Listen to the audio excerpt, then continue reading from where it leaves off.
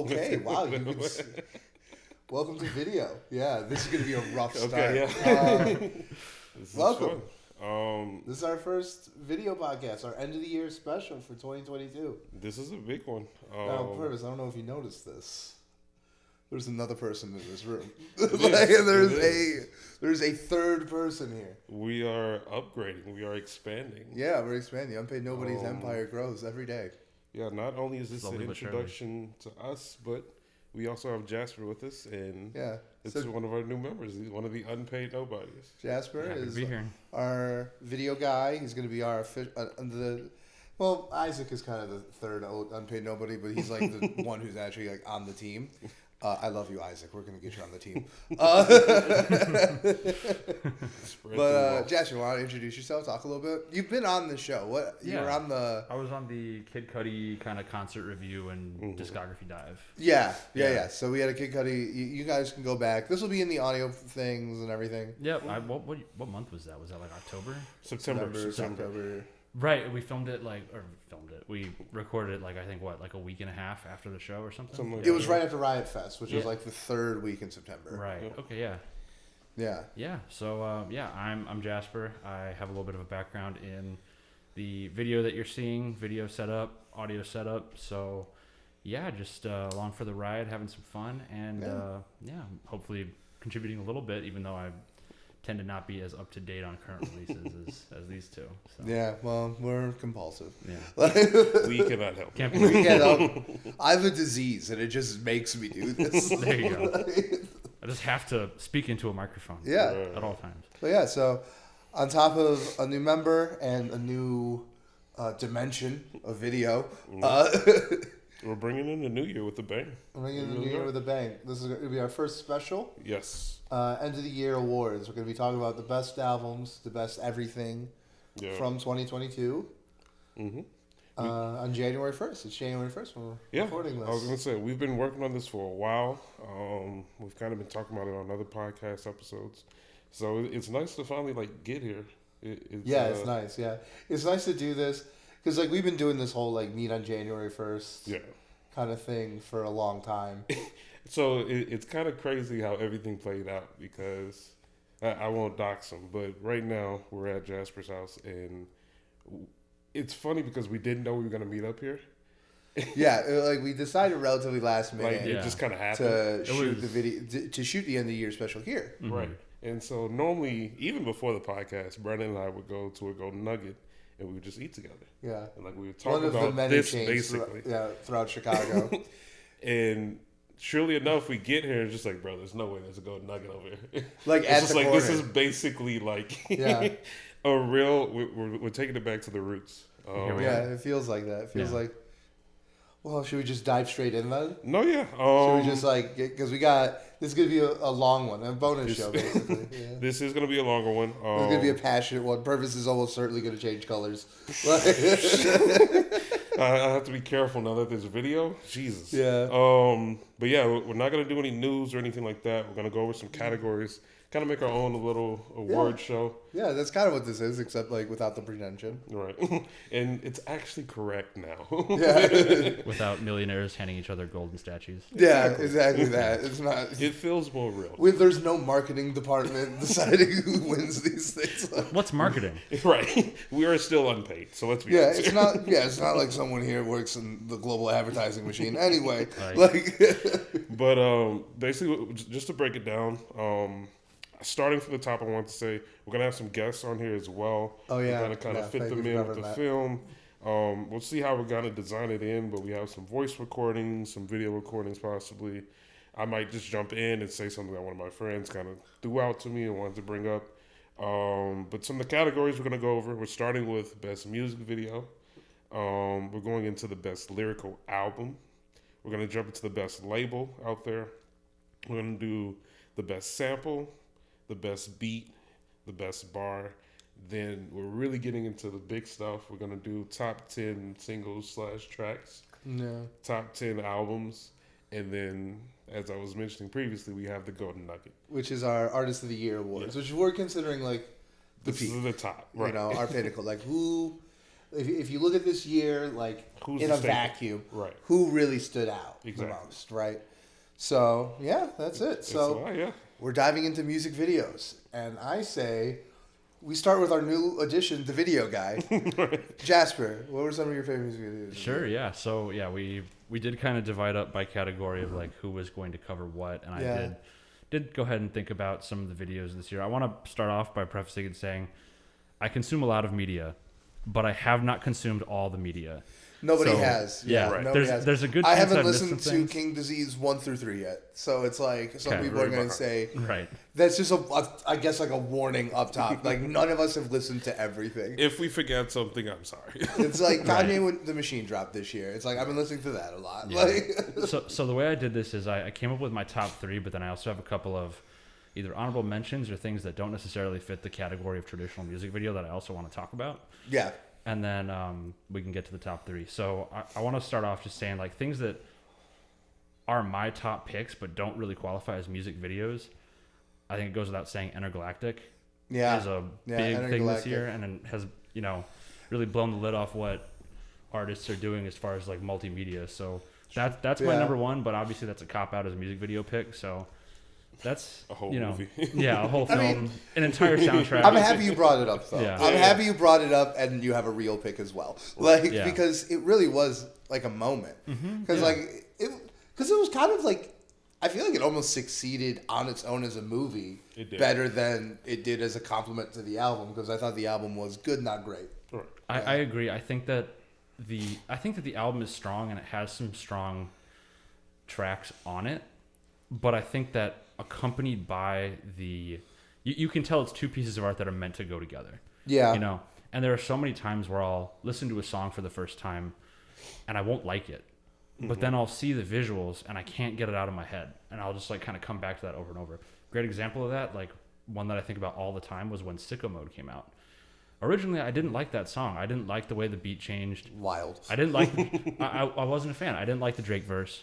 Okay. And then I saw the video for it, and it just kind of pulled me in. Yeah. And then as I listened to it more, I became like more accustomed to that production style, and like, oh, there's a beat change here, and it makes sense appreciate it a because little it's bit going. more. Yeah. You Yeah. appreciate the artistry more because you're paying more attention to these certain elements. That's true. So yeah, I mean, Intergalactic for sure, just kind of far and away. Everything from like the way it's presented in terms of narrative and the way the album and the tracks flow through that, but also just like the design choices associated with that visually or stylistically. Like the fact that Virgil did the costuming for these animated characters is incredible to me. So Yeah. And it had a tribute in it. Yeah. No, it's wild. it's a little bit of everything. So that's definitely like my standout thing of the year that doesn't qualify for this award or this category.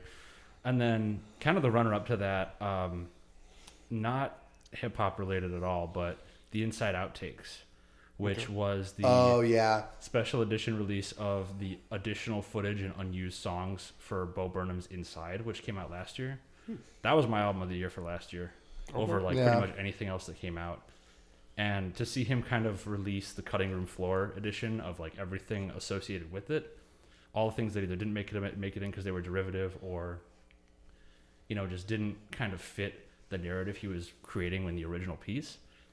I think that this was like super cool just to kind of see the creative process and like all the content he did come up with leading up to the release of the actual project. So it's nice to have that kind of inside view. Yeah. that No, kind of that's thing. really cool. Yeah. Yeah. And Inside was like, it was a huge cultural moment. Did you ever watch Inside? Oh my God.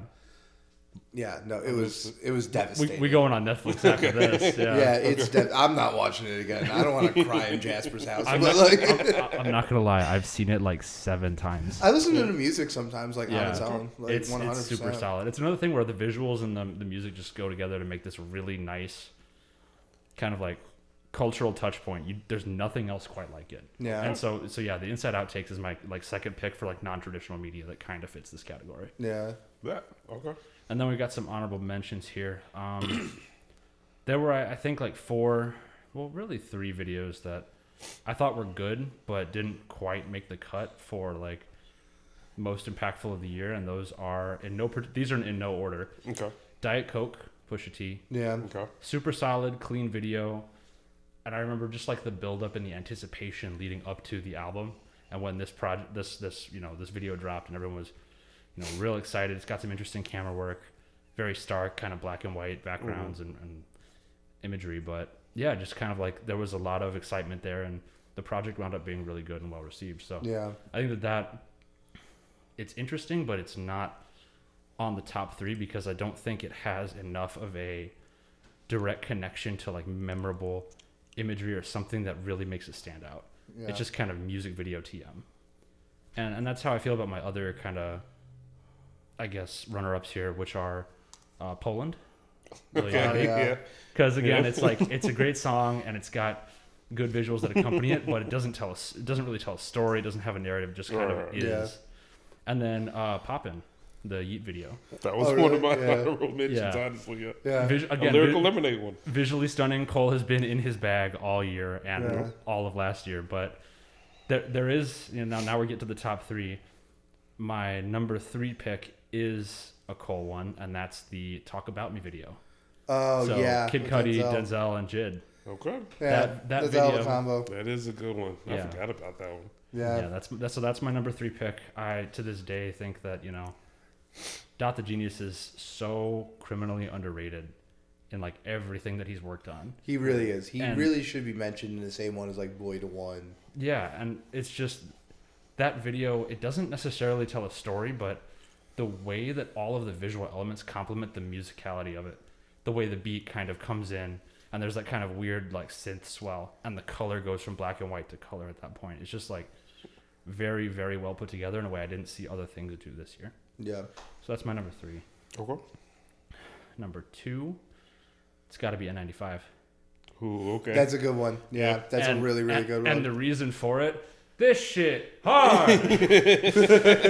Yeah, no, absolutely just like class act. I mean, it feels to me like it carries forward so many elements of Kendrick's videos that have appeared previously. Should I go? All right, so I have like 5 runner-ups I won't say too much about, and then I have a number 1. Okay. So like one of my runner-ups, probably the most obvious one of the year, The Heart Part 5. Okay. Yeah, because when he starts changing his face, man, like I remember when that came out, like I have a habit of sometimes I'm watching stuff, I look away for a few seconds to inhale and exhale, and I looked back and I'm looking at O.J. Simpson and I'm like, did I miss something? Like this was 5 seconds. So yeah, I had to put The Heart Part 5. Right? Okay. And then one I want to mention from outside the realm of hip hop. So I wanted to mention the video for Cameo by Kavinsky. Okay. Which is just like this very large scale like action set piece. Which basically like they have like 40, 50 people fighting inside and outside this facility all at once. Cars going around. It's this giant action set piece. And the video is like a drone flying through it. So it's this just wild level of like coordination. So I had to give that a shout. Now getting to like the top 3, and then my favorite. For 3, I want to go Zatachi by Denzel Curry. Okay. I like anyone else went through an Akira Kurosawa phase in college, and the way he captured like that era of like Japanese cinema and like the context of like a hip hop video, and it still felt like a hip hop video. It still felt like all like of a piece with like his album and everything, but it was still pulling on those specific references. I really just loved, and I revisit that video a lot. Yep. The next one I want to do is Man on the Moon by Brockhampton. Yeah, I knew you was gonna bring it up. Yeah, no, I knew you was gonna bring it up. Like this song will come up again, but because I think it's an incredible song. But even though I was a lot warmer on the last 2 Brockhampton albums than you were. I think we can agree that those 2 albums, they didn't feel like a big, warm hug of like this is the end. And I think watching the Man on the Moon video, the way it like goes back and uses all the footage throughout their entire career, like it kind of like gives you like a sneak peek behind the whole thing. I think that does it. So that was a good closure. It was like a music video that I think lifted up the entire artist's prospects for the entire year. And for that, I had to include it. don't get me wrong, it's in my honorable mentions. Yeah. Just because like I knew the impact. It wasn't even just the quality, which is fairly decent. Like there's nothing wrong with the video or like the concept. But it's like found footage. It's like literally exactly. like the footage from behind the scenes throughout their career. Exactly. It's just a really meaningful video. Okay, so the next one I want to put up there is Cody 31 by Jid. Okay. Just because like the scene where he's carrying it's just so visually dense. Like with like meaning and like visual symbolism. Like when he's carrying the real estate sign and it's looking like he's carrying the cross. It's the the layers, little things, layers of symbolism in it. Like that's the stuff I really reverberate when I see it in film. And that's the thing about music videos is that like it's kind of like it's downstream of music, but it's also downstream of like a lot of like the film trends going on. And it's not calling visual storytelling a film trend, but like it's downstream of that. Right. And I just thought like it's this beautiful song, one of the best songs of the year. It is. And I thought like the layers of meaning they were able to put into such a simple music video is striking. Even the music video itself is not overly complex. No, it's a very simple, but it's a very simple visual, but it has layers of meaning. Insane. Yeah, and that's the hardest thing to do. That's like the hardest thing to do is to have something that has that complexity, has that depth, not complexity, but is still simple. Right. Yeah.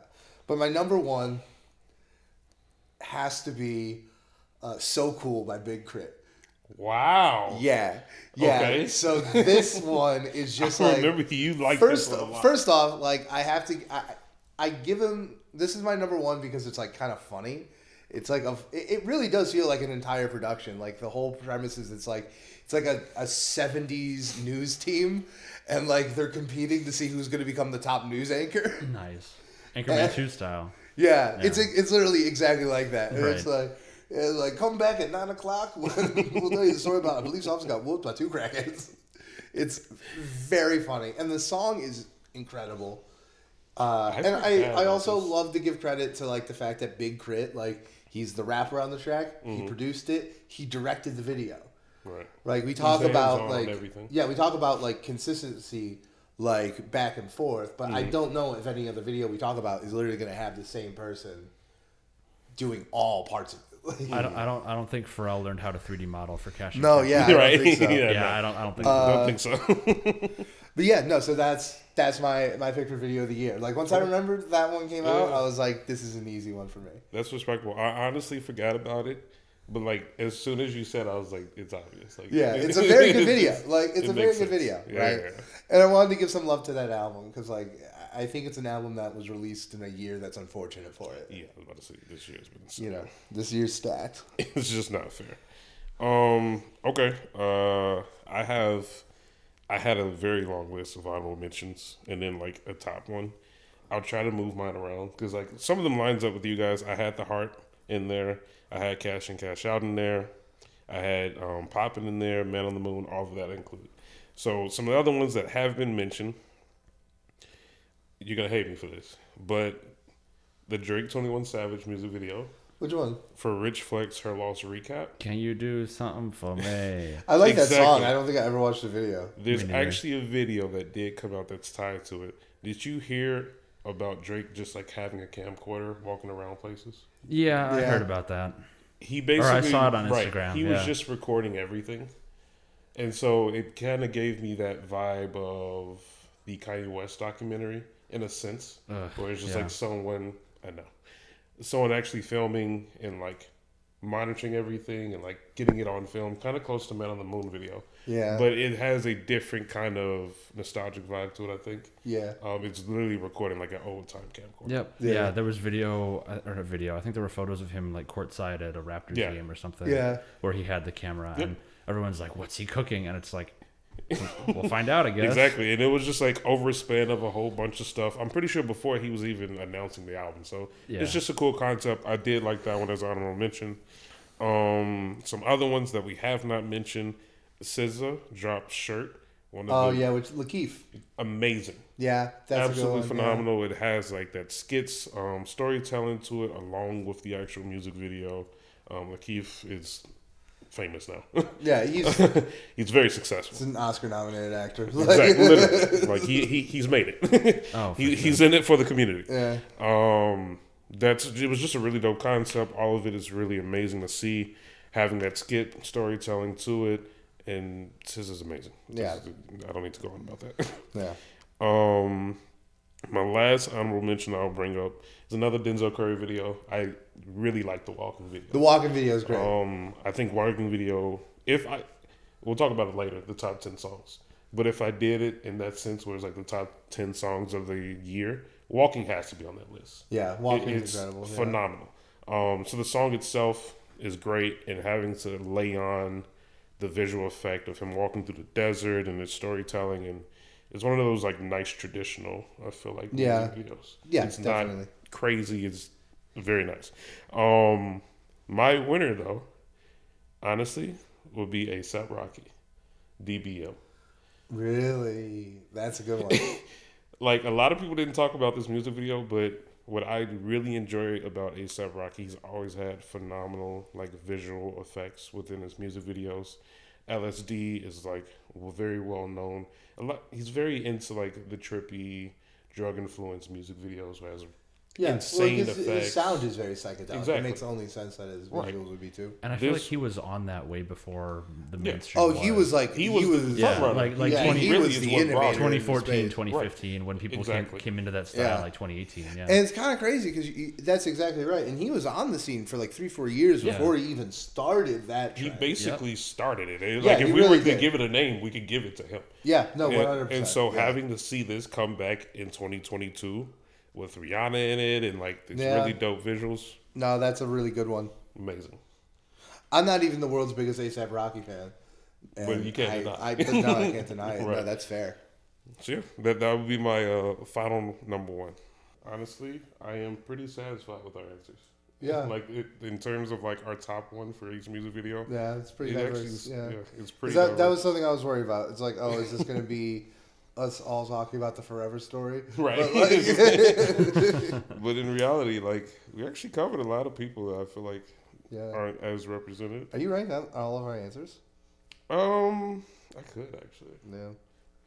All right. I'll see. So we want to move on to our next category. Yeah. And that is lyrical albums. Albums. Yes. You know, hip hop. Obviously, we talk a lot about lyrics on this show. We think it's like, at least I do. I don't know about you, but like you like Nav. It's like he's be spitting. Yes, because when I want insights about the human condition, I listen to Nav. But yeah, there you go. We wanted to take a time to highlight lyrics first. Actually, because it's a massive part of the music, but it's not the only part. And we wanted to highlight lyricists as artists first. Right. So do you want to go first, my friends? I can open up this time. I'll be honest, I have a clear winner for me. Me too. I have a pretty clear winner. Personally, I think it's miles ahead than the other ones. But some of my honorable mentions, I wanted to give highlight one to Denzel Curry. Up My Eyes to Your Future. I think some of the topics that he covers and the way he actually expresses it through the wordplay, he's very unique in the game. I really enjoyed actually listening to that album specifically, just because like he's not my number one artist, so actually being able to go to him and like get a different perspective and like a refreshing sound, it's nice to actually have that as a backup. Totally. Another honorable mention would be 10. Well, Heather Wears Her Man's 10 is the full name. I think in its structure, it's technically a mixtape, and I think that makes it a little bit better in my opinion. I just like the Griselda sound in that format of a mixtape because you got a little bit of everyone in there. Yeah. And like, man, do they know how to talk about selling drugs? Yeah, they do. They do. It is phenomenal. And like the line between mixtape and album is like very blurred. Mm-hmm. And like, come on, you drop an album with all original beats, some of the best features in the game. People are going to compare it to albums. Right. You know what I mean? It's just what it is. Yeah. My last honorable mention, and it took me, I'm ashamed to say this, but it took me a very long time to finally get around to this album. And I texted you immediately when I did. Lupe Fiasco. Oh, Drill Music in Zion? Yeah. That was even though it took me a long time to finally get to it. This was like the refresher. Yeah. This was like, okay. People forget who Lupe is. Yeah. Like I always say, like, people forget about Lupe, dude. He's one of the best. He is literally one of the best. He has received his flowers, so I'm happy that's happened. I'm glad that he's still in the game and he's still performing and everything. But like, it was nice to listen to it out and be like, this isn't about drugs, guns, and yeah. And of course, I don't want to wrap up or give like a stereotype to hip hop because like, obviously, the Fox News would do that. Yeah, but, yeah. Don't do the work of our right. enemies for us. Like, exactly. But it is nice every once in a while to get like something about, I don't know, politics, or even though I don't humanity, like politics, but just like humanity, life, culture, lowercase p stuff politics. Like that. Exactly. Yeah, like power right. and social conditions. Exactly. Lupe Fiasco doesn't rap about Republicans and Democrats in Capitol Hill. Exactly. You know, like he raps about Chicago, which in itself was nice to listen to. One of the songs was literally talking about like where we are right now. So like it is really dope talking about that. Yeah. My number one, and like I said, I honestly don't think it's close. I'm gonna go with Cheat Codes. I'm so Cheat serious. Codes, really? I think Cheat Codes is the perfect balance. That's so interesting. Old style hip hop and new style hip hop. It like from pressing play from the top song all the way to the end, you are going to be hit in the face with lyrics and just bars. Yeah. Like stuff you actually gotta like pause and think about like multiple times throughout the song. Wow. And it's just like this is nice. This is really good. Yeah. That's something. Wow. So that's my final one. All right. You want to go? You want me to go? After you. All right. So I'm going to start off. I got 4 honorable mentions and a winner. Right. I also, to me, I think my winner, it's far and away. Okay. I think when it comes to like lyrical quality in an album this year, I don't think anyone comes close to this guy. Okay. We had some overlap. But so first one, Drill Music and Zion. So good. So good. The lyrics, fantastic. The fact that it was made in like 48 hours, insane, wild. You know, while he's teaching a class, while he's teaching a class, and like he drops, in my opinion, some really fire singles leading up to that. So Drill Music and Zion, 100%. I also want to give a shout out to Herbert. Ooh. Because I did not fully fuck with Herbert the way I do with the rest of the albums on this list, but when I was putting this list together and I thought about the way Absol approached his own attempted suicide, like on the lyrics in the album, and how that was like some of the strongest points on the album, I wanted to like give him some flowers for that, because like I thought that deserves like a little bit of recognition. Absolutely, me a lot. So I wanted to include that. I'm also including Cheat Codes. It's just like some old school 90s shit. Like it's really Danger Mouse on production. It's Black Thought, like it's hard to rapping, beat. And a ton of features. Fantastic, head to toe. Okay. And then my last runner up, I think it's lyricism on a different in a different way, but undeniably lyrical, and I can tell it's true because we were quoting it 30 seconds ago. I got to go with It's Almost Dry. Okay. You know, like yes, it's more punchline lyrics than like emotional, like full thought. You know, it's kind of more in the Black Thought camp than the Herbert and Drill Music and Zion. But he raps about one thing and it's still good 4 albums later. It's still so good. Like how do they do it? Yeah. No, yeah. But my number one, the one I think is just far and away the best lyrical album of the year, is Mr. Morales and the Big Steppers. Like I think. And I think the way he just constantly just barrages you with complex emotions and like the healing process and like the dark side of the healing process and like how you have to like really identify like some of the worst parts of you if you want to become the best version of yourself, right? Like, and like there are songs on there that just are like straight like on repeat like bangers I put on when I'm driving in my car playing Call of Duty, right? So it does the whole gambit. When I think lyrics this year, that I started my list with this one. I'm like, this one, Mr. Morale and the Big Steppers. If we're talking about lyrical quality alone, I could not see a Honestly, another option. I'm totally cool with that as being the number one. Yeah. Because you're right. I think what I was thinking about with Mr. Morale, and now that I'm listening to your answer, is very valid. I was just more focused on like the message. I guess the lyrics, like, what he said. Obviously, it was complex, but I like what it brought out. Yeah, that's why I was like, okay, that's what the important. That's part. fair. Yeah, but I think totally that's fair. nice. Totally fair. Yeah. All right. This is exciting because I have an honorable mention that neither of you mentioned. Okay. Soul Sold Separately. Oh yeah. Freddie Gibbs, man. I think to me like I thought about Soul Sold Separately, and spoilers ahead. It's on like some of my. Yeah. It come. I'll be bringing that up later. Yeah. But to me, I feel like the lyrics, like, I don't know. I feel like Freddie is. He's almost on that level of Pusha T. I would agree. I think it's just one of those things where I look at his previous projects, and to me, he's improved at such a rate where it seems like every project he gets tighter, and he just gets a little bit more refined in what he's doing. Mm-hmm. Yeah. And because of that, like, Pusha T has been consistent. I would say since. It's been a long time. Yeah, since Numbers on the Board, probably. Probably, yeah, or like, yeah, since My Name Is My Name. I mean, everything has just kind of been very dialed in for Pusha, but for Freddie Gibbs, like, he's kind of growth. Yeah, he's taken steps and he's grown in that way. So that's why he makes the list, even though I do think that Pusha outclasses him in that way. Okay. So that's definitely on my honorables. And then my runner-up is definitely going to be Mr. Morale, and mine are just flipped only because I've spent way more time with It's Almost Dry. That's my number one pick because I've gone through it and I've like had a chance to dissect it.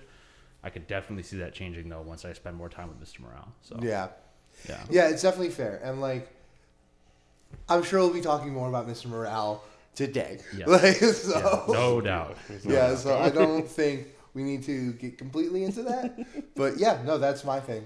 Is all right. Should we move on just to the labels? To label of the year, because this is going to be one of our shorter. Everyone say it. 1, 2. Yeah, everyone say it. 1, 2, 3. Griselda. It's like it's Griselda. It's Griselda. It's not even close. Like, look, some label TDE put that up was my runner. A fight at the end of the year with SOS, Mr.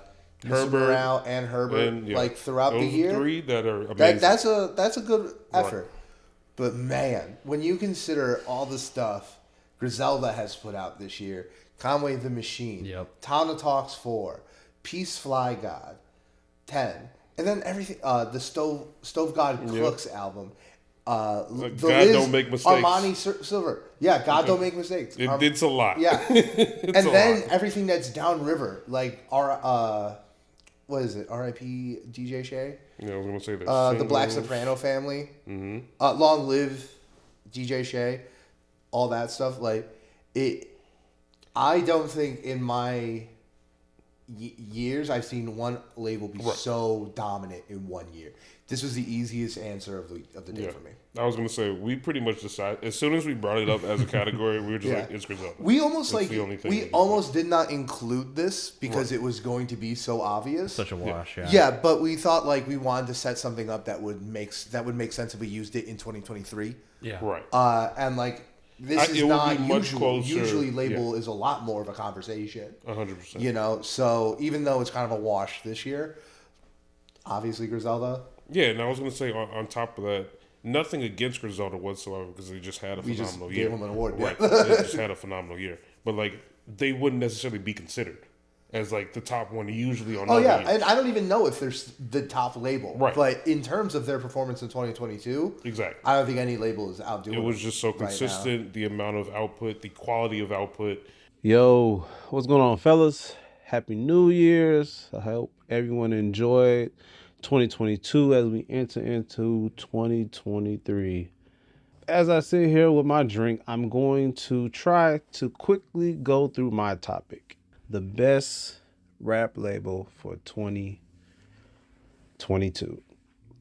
I'm going to try not to draw this out too long. I took a lot of time doing some research, and I feel like there are a lot of record labels that were forgotten. So I'm going to try to break down just some of the ones that came to mind before I give my number one. Before I even get into the labels, I do want to get this out right away. This is kind of hard because a lot of these labels are underneath other bigger labels. At the end of the day, the top dogs is like Motown, Def Jam, Interscope, Universal, Sony. Those are really like the people who's really in charge. They're really the top dogs. But let's keep it simple for the people because we love the people. Some quick honorable mentions. These are people who are either not signed, have their own label, or signed to one of like the big people, but will eventually become something else. People like Sminu, Chance the Rapper, Mick Jenkins, 21, Earl Sweatshirt, The Weeknd, Coda the Friend, Lupe, Vince Staples, Masingo. All those people are either signed to their own record labels that maybe one day we'll be talking about in the future because they'll sign other people to them. Or they are searching for new labels, or they're under one of the big names like Universal or Interscope, Def Jam, whatever the case might be. Those are honorable mentions.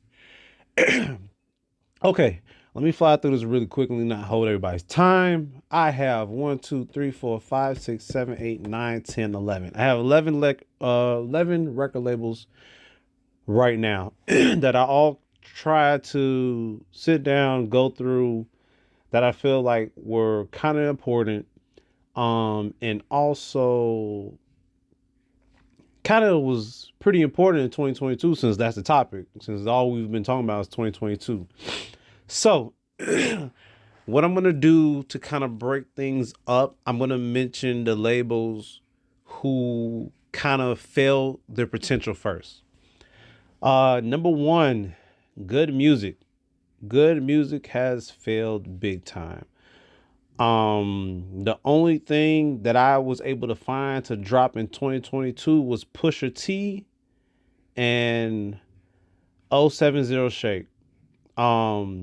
Which rumor is both of them will be leaving Good Music, especially after, I believe last week, Pusha T said he no longer even communicates with Kanye. Kanye, such a disappointment. The last time he dropped something was in 2021 with Donda 1. Well, that was Donda 1. Donda 2 come out. I'm not even going to talk about that. But when you look at the history of Good Music, there were so many artists that were signed to it that were amazing that end up leaving. So Good Music, such a disappointment. Next disappointment, A$AP Mob. There's so many people in the group, but the only people that really matter were Rocky and Ferg. And Rocky hasn't dropped anything since 2018. Ferg hasn't dropped anything since 2019. So Good Music, A$AP, Ferg made the list for disappointment. And the last group to make the list for disappointment was YSL. The two names that really only matter to YSL, especially right now, is Young Thug and Gunna. And of course, they are dealing with a bunch of legal situations right now in the courts. Gunna was let go, but when he was let go, it came with a lot of hate. He gained the title as a snitch. Now, everyone has their own opinion. Yes, he is a snitch. Yes, he's not a snitch. I'm not going to go into that right now. But he's the only one that dropped the album for 2022 was Gunna. Big prayers for YSL.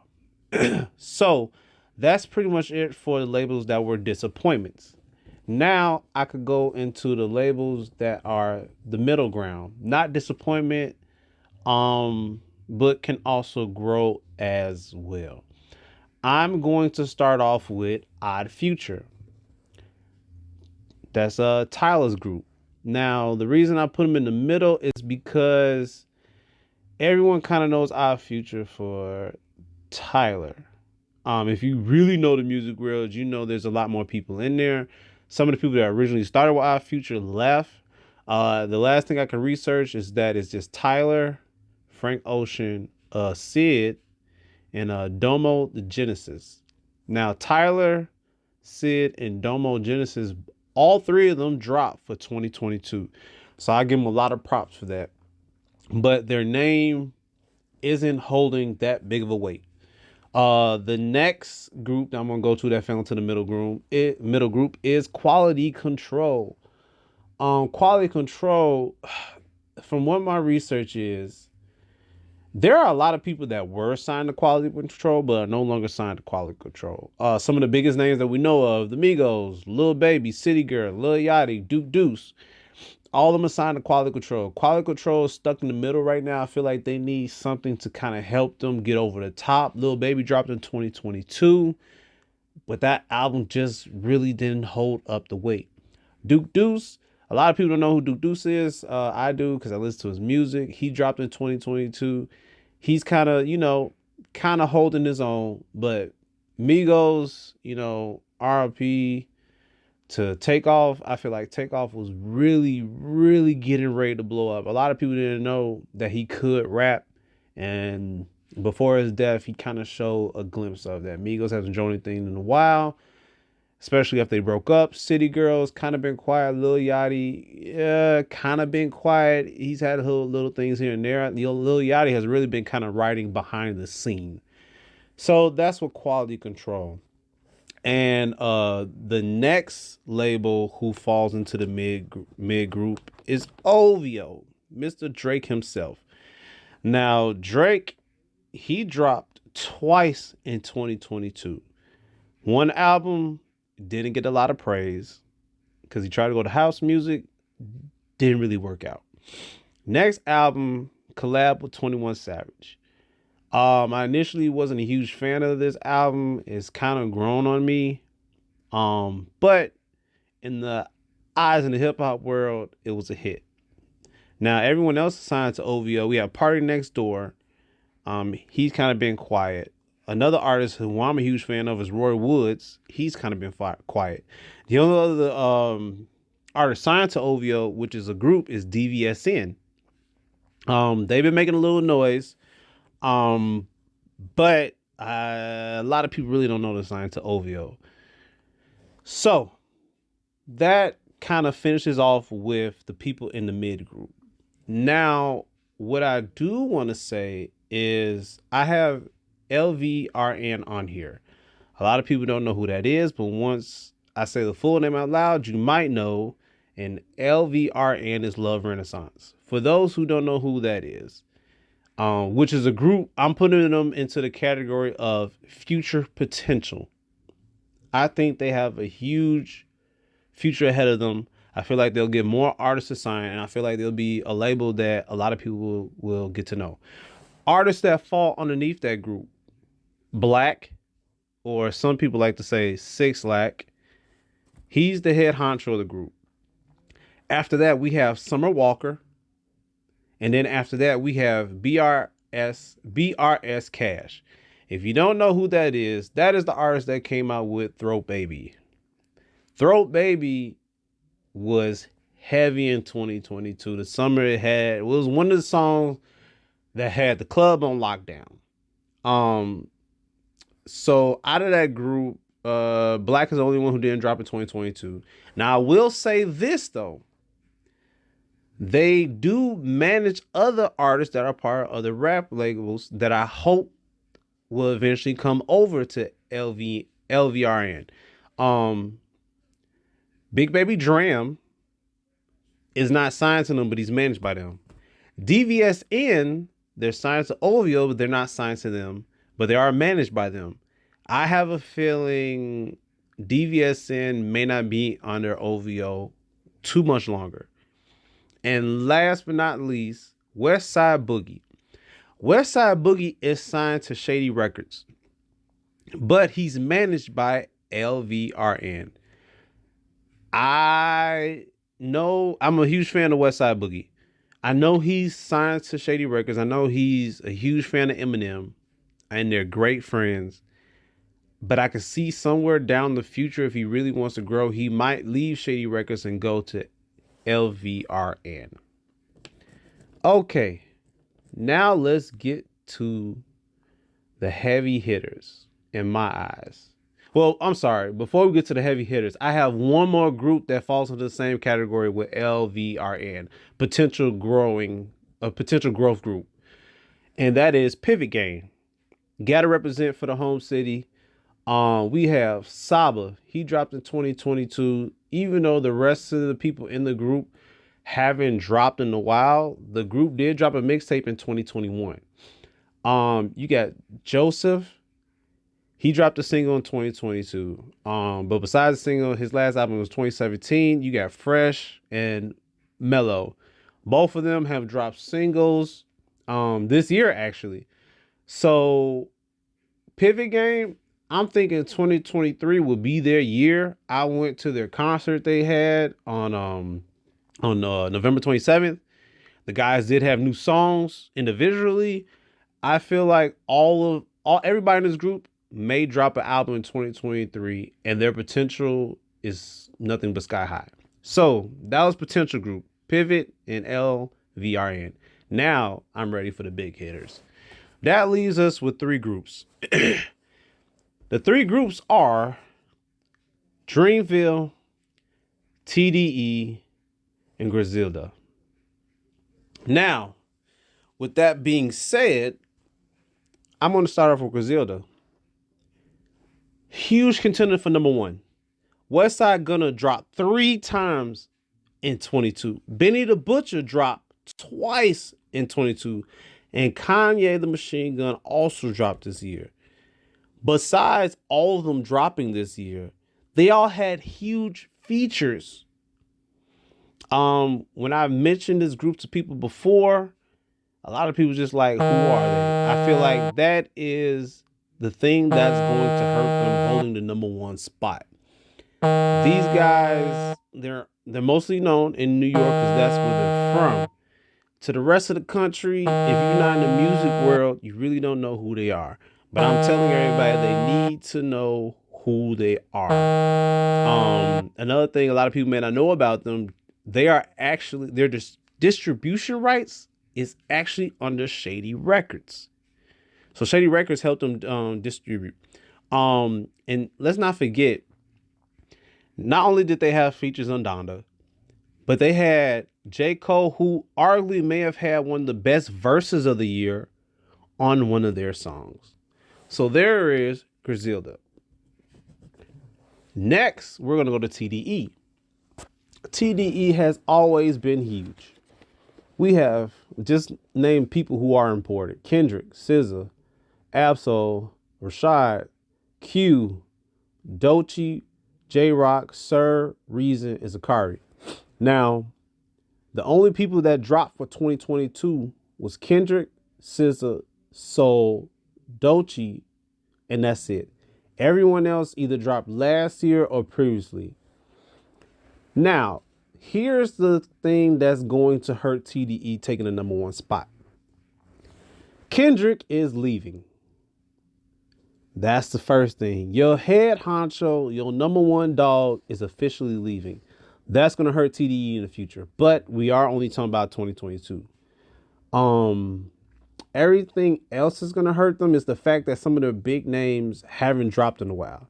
Now, something that gives them an extra boost is Doechii.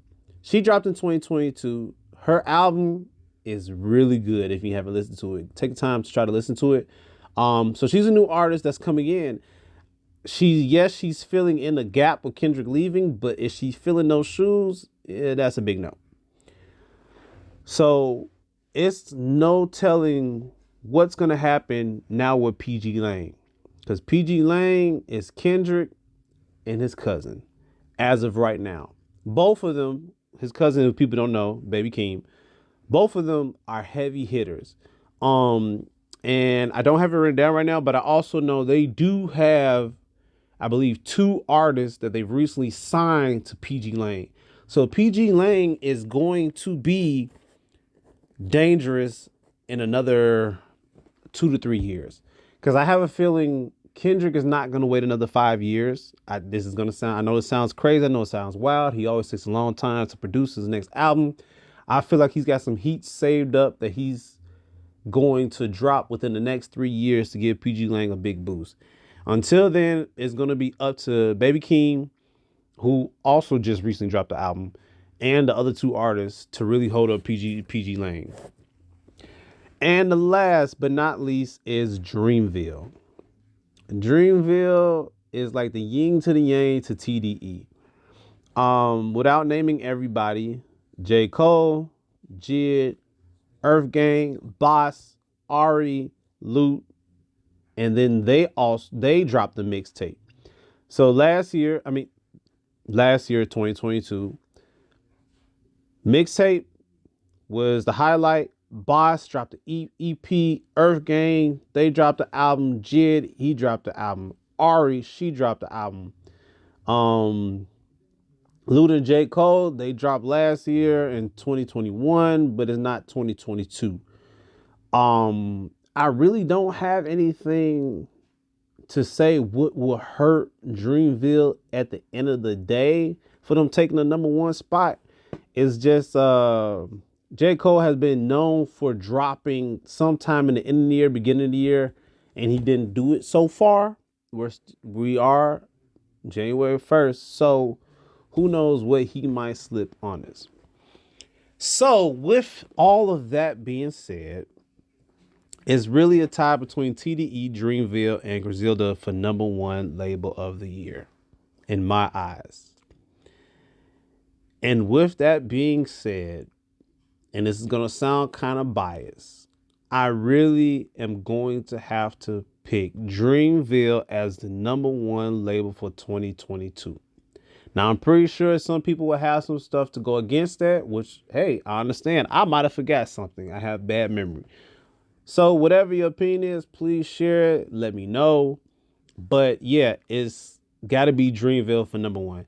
Even though it's a tie between Dreamville, TDE, and Griselda, what hurt Griselda is, like I stated earlier, they don't have as many people in the group. They're mostly known for being New York rappers. They need more time to grow. But 2022, they came strong. I mean, they came with some uppercuts and some right hooks. But to me, it just wasn't enough to take the title.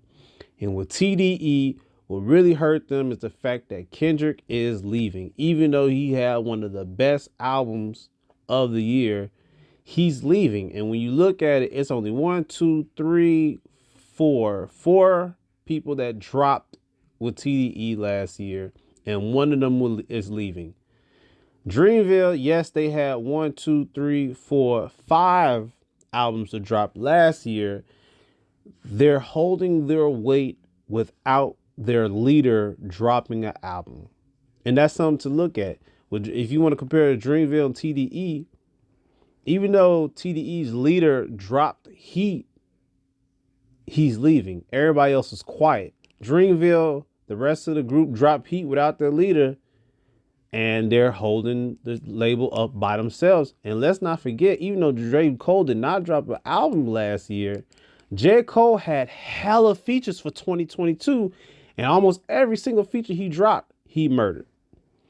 So that's it. Thank you for your time. I hope you guys enjoy. Number one, 2022, Dreamville. Purvis, Brandon, back to you guys. Next time, I'll be in the studio.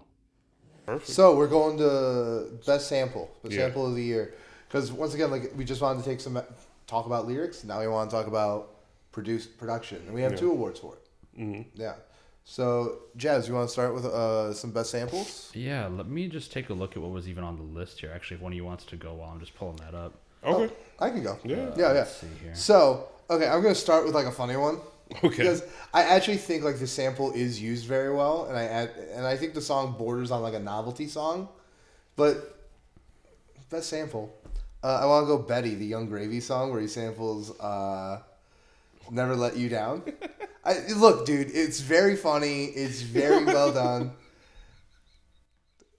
I don't even think that is the biggest twist on my list. I think there is going to be one of all the things you could have said. I do not think that this is funny. I didn't expect Young Gravy to come up on this episode at all. Oh, there's another artist on this list that I guarantee you don't expect to come out of my mouth. Okay. But then the next one I want to mention is Dance Now. Okay. Just like the sample of that Hasidic Jewish chant is it's so good. Like that entire beat, like Jesus Christ. That would be one of my top songs. Yeah, it's in my top songs, top beat, like absolutely. The amount of times we like would scream. Bum, bum, ba-dum, bum. And I also think like where it comes from is like interesting. Like the fact that like it's like a Hasidic chant, and it's like it's not the kind of thing that you would normally associate in hip hop. With hip hop. Yeah. Now the other thing, I don't even know what this sample is from, Okay. but this song, it just hits. And these are my runner-ups, by the way. Okay. And that's Super Gremlin by Kodak Black. That's the other artist where I'm like, I do that. Wow, I'm proud of you. Yeah, like, look, dude, good sample's a good sample. I call it how it is. I'll do it for Young Gravy. I'll do it for Kodak Black. Okay. I'm just calling balls and strikes here. Yeah. Right? But number one, I'm gonna go with the Heart Part 5 with the Marvin Gaye sample. Ooh. Yeah, no, Okay. I think that is just pitch perfect. I appreciate that. Sample of the year, 100%. The Heart Part 5. Okay. Bet. Yeah, I would have to agree. I would say for me, I don't really have a list of runner-ups here, but I would say for me it's a tie between Heart Part 5 and Dreaming of the Past. Yeah. Yeah, that Pusha T sample, that is a... Yeah, I'm a sucker for when artists sample themselves. Yeah, and it's just one of those things where it's like he does that so reliably, where he kind of brings in a clip that sounds dated but really complements the flow in a way that a lot of artists don't. I mean, he did it on Daytona with what is it? Come Back Baby. Yeah, It's got the same kind of style. So Come Back Baby and Dreaming of the Past, they have that kind of like vintage. That's the Kanye side. That's him, it's the Kanye cut, the production for sure. Yeah, but it's just one of those things where for his style, I think it lends itself so nicely. It's perfect. Yeah. Yeah, I just couldn't, in good conscience, put a Kanye like. No, that's fair. I mean, I had some Kanye stuff in Yeah, there. I really wanted to put Rock and Roll. Rock and Roll is with the song. Beyonce Quite a sample. song, yeah. That is good. Good. That's like one of my songs of the year, but I'm not going to talk about it because he hates Jewish people and it hurts me. Yep. Pain for us all. What a time to be alive. What a time to be alive. Like, we used to open up our episodes with like Kanye check-ins. We used to literally have. I remember that the Ye Watch. Yeah, we had Ye Watch for a while. Jeez. Man, and then we would like eventually we were like, we're gonna try to not talk about this guy. Just push it away. Pretend it never happened. No. We're gonna try to go entire months without talking about Kanye West on the podcast this year. That's a goal of ours. That would be easy, I think. Yeah. Valid goal. Yeah, because he's not gonna be making music anymore. Also, Hopefully not. like, did you hear the song he put out? I did hear the one song. It's like not good. Like, I mean, neither was Donda 2. No, like, Donda 2 was a we've seen a Broken Road was a fun song. You know what's crazy? I didn't even listen to Donda 2. And this was you bought the stem player. Look, I'm calling you out right now. That's a different conversation. This man bought the stem player. About technology. At least I listened to Donda 2 with my stem player. At least I bought it when he wasn't $200, and this man didn't listen to Donda 2. Okay, here's the thing. I heard how bad it was, and I was like, "This is not even worth it." So it's one of those things where like when it came out, it had potential. It did. But then after everything that's happened, it's never going to be touched again. Yeah, that is a finished album now for all intents and purposes. I guess like Donda 2 would have been a fine first draft. Exactly. Yeah, and it's kind of like how Life of Pablo had all those like revisions and whatever. Yeah. But this doesn't come anywhere close. And there's like some flashes of stuff that's cool. Like True Love has the decent like X bit, and then I was gonna say that has X-bit. and then Don Toliver. Yeah, slaps. Broken Road. Broken Road is beautiful. Yeah. And then I mean, but it's like a lot it's of it is pieces just of it, right? Yeah. It's all just ideas. Nothing feels cohesive, and it feels like it's on such a smaller, more like petty focus than all of his other work, and I just I mean, it just shows. Yeah. His lifestyle changes. It has flowed into his artistry. So Yeah. It is what it is. Moving on from Kanye. Yes. I will do mine. I have 3 honorable mentions, and I have a winner. My first one, my honorable mentions aren't in order either. My first one is Future, Wait For You. Okay. It takes the song Higher from Tim's. Amazing vocal. She is phenomenal. And honestly, I like this. It's not even to compliment Future, even though I do like Future. It's not to compliment him. It's to compliment her. And I think this gave her a little bit of a bump or leverage in terms of popularity to get on the map. Yeah, and Tim's deserves it. Exactly. Yeah. 100%.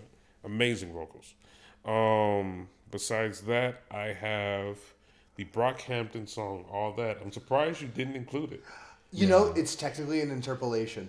I guess that's fair. Yeah, we'll bring it up. It comes up later. I think they do a phenomenal job with that little sound bit, making it the chorus.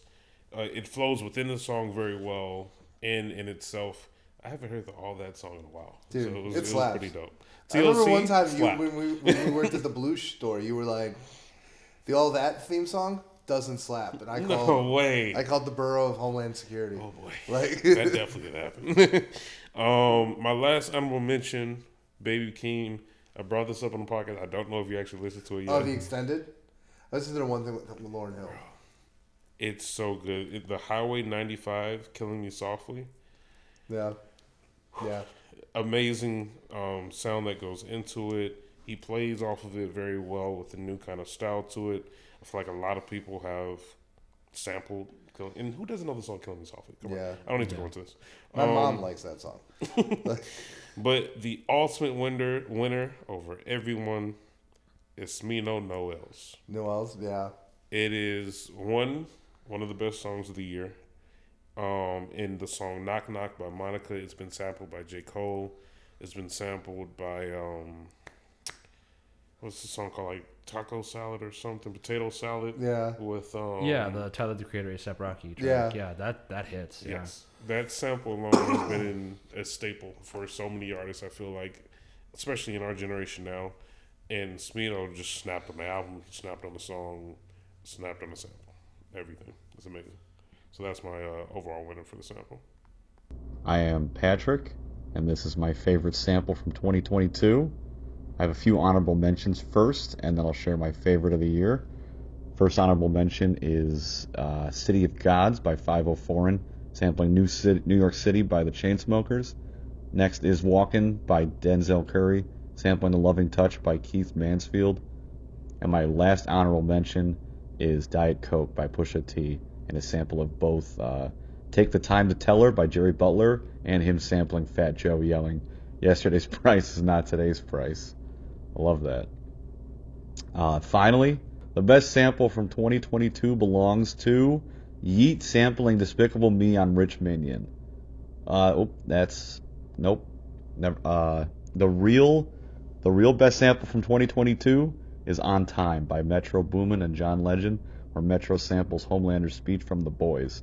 I don't care that's become a meme at this point. Great album, great song. You get a Morgan Freeman cameo, and that seamless transition to the next song, aptly named Superhero. Come on. You gotta love when artists find sources for a good sample outside of music. It really shows their creativity. Anyway, can't wait for another great year of music. Thank you, Brandon and Purvis, for the opportunity to share my opinion. I love y'all. We're in for the beat of the year. All right, best beat of the year. Brandon, producer gave me a beat, said it's the beat of the year. I said, do you know the rest of the lyrics? LP didn't make it. Get the fuck out of here. We're here. I'm so glad you picked up on that. Unfortunately, LP didn't drop any beats this year, so it's an open LP conversation. Beats. I stand by that. I don't think there's a single year where LP drops an album and he doesn't have the beat of the year. I stand by that. That's Maybe fair. he's... I think it's a tall argument for him to be the best producer of all time. I don't know if I'm behind that. You're pushing a little bit. Yeah, but it's I definitely stand by that. Yeah. All right. I want you to go first. Okay. I have a couple of honorable mentions. I'm going to be honest. The way I went about this category for the beat of the year, it was just enjoyment. Yeah. That's all it was. I'm not going to go into like, oh, it has this snare and this, like, it's not that deep. It's just like, does it slap? And that's how I kind of approached it. Yep. Some of the honorable mentions, Kendrick Lamar N95. Yes. Incredible. So hard. Incredible. Amazing song. Sounds amazing. I think it's like the true opener. You get like the Untitled and Grief, and then you go into the actual one. Besides that, Scrape It Off, Pusha T. Yeah. Fantastic. The beat feeds into the artist with the features with it. Amazing. Freddie Gibbs, Zipper Bags. I love that song. That's so good. The chorus, how he actually feeds into the beat. All of these songs are amazing. My last honorable mention, Broke Boys, is one of my songs of the year probably. No. I'm so serious. The transition, there's like 3 or 4 beats in this song. No. there's so many transitions in the song. They all snap. And then finally for the winner, I couldn't decide between the two songs because technically it transitions into the other one. But Metro Boomin, it's one of the best producers out there. Yeah, he really is. Very true. He can make the argument for one of the best producers. Yeah, he definitely can. Yeah. It goes from that sample from Homelander and it transitions into the next track. Yeah. And Future comes in. So it's hard to say like song, but like the combination of those two songs The opening up switchover, the album. yeah. No. I don't think I need to say how hard. I've seen like 1,000 already edited sports videos. Yeah. Taking Right. it just Yeah, from with like, all- Yeah. and Dude, then, I see that Homelander That's sample. Instagram. bro, Yeah. like everyone is doing it right now. I think the craziest part is like that part. Like people were using that part of Homelander like on TikTok and stuff just because like you can stitch. Yeah. Homelander's all a meme already, right? And then the second that song dropped, you stop seeing just the Homelander. Yeah, edits, it's and now you everything. see You're the right. Metro Boomin Homelander.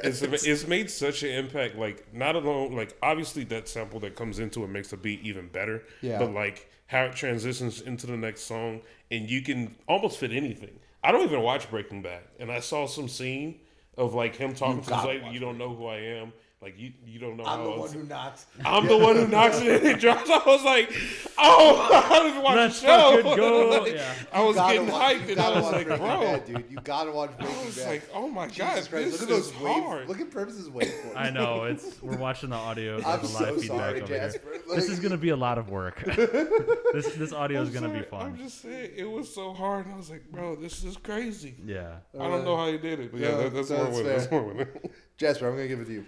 man. I don't know if I could rank them, but I have like 3 in mind that just stand out to me. One is an album that we haven't talked about at all yet, Okay. or it's off of that. It's I Know Nego. Oh yeah, I Am Nego. I messed Which song? with this album, Punch Bowl, Oh. okay. with clips. Okay. Wow. Punch Bowl full of keys for all my friends. That song goes hard. Another like honorable mention off of this would be Come On Let's Go, the Tyler track that closes it out. Yeah.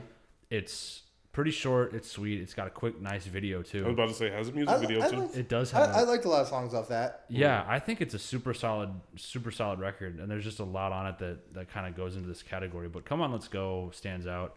Another one that I can't not mention is Let the Smokers Shine the Coops. Yeah, no, that's a really, really good beat. And then N95. Those would be like my 4. Okay. Yeah. All right, so I got 4 runner-ups and then a winner. Gotcha. Right. So my first runner-up, I wanted to give a shout out. I'm gonna pick "Stressed" by Conway the Machine, Okay. just because like Derringer has become like a top 3 producer for me, and he's like the Griselda house producer. He also did the Action Bronson album this year. Oh, that was really good. Yeah. I like that one. I got to see him live. He was the DJ for Action Bronson at Riot Fest. Okay. So like he has really elevated. That album I think has some of the best production of the year, like as far as just being like a cohesive piece.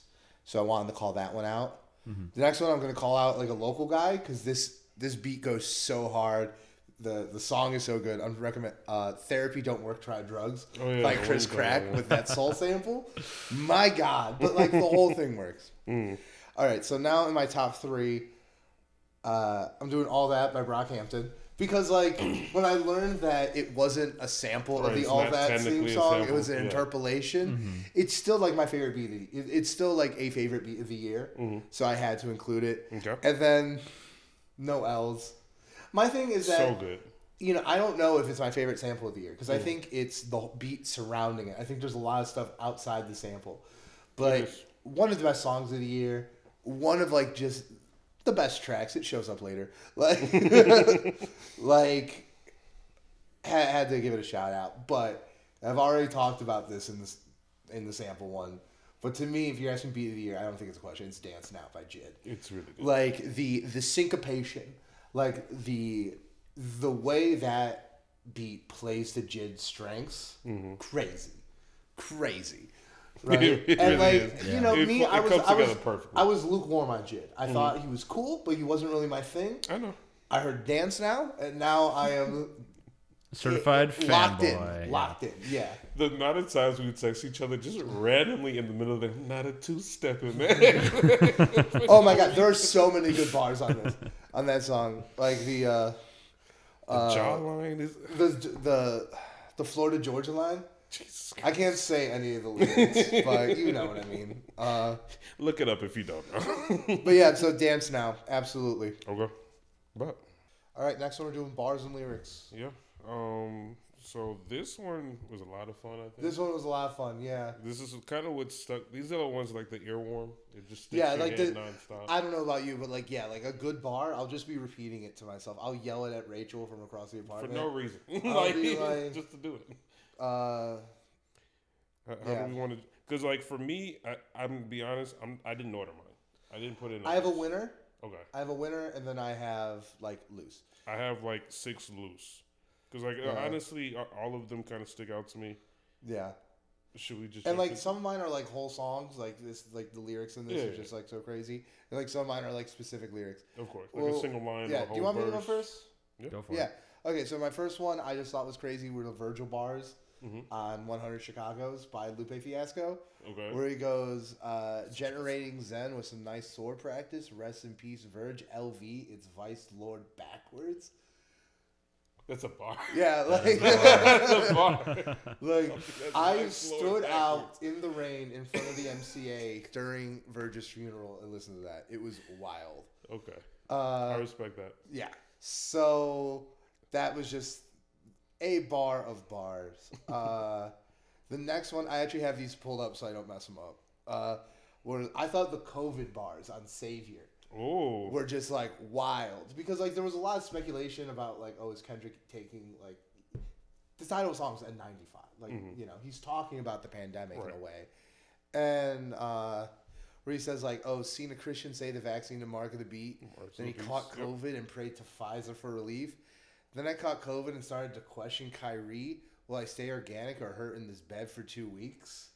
I think like he actually does like wrap up a lot of questions about like the ethics of vaccination in the face of a pandemic. Like in 4 bars that bang. Like I'm about to say, and he's bringing in so many other parts of culture that impacts him, like religion, like the fact that you can bring that into the conversation, and also like a lot of people don't do that. recognizing just like the influence someone like Kyrie has, which is why it's so dangerous. Like why when he says these things. Exactly. And then the next one, this one's just fun. It was a lot of fun. It's something I say all the time. It's from Fly God Jr. on 10. It's got most off cocaine. Kicks 2000. Shits don't got no name. Fiends at the house. It looked like Soul Train. Okay, that's good. That's actually Like, pretty good. that was the one. That was actually pretty However, Purvis, I'm going to need you to say Which one? it starts at Kush and ends exactly where you think it does. Wait.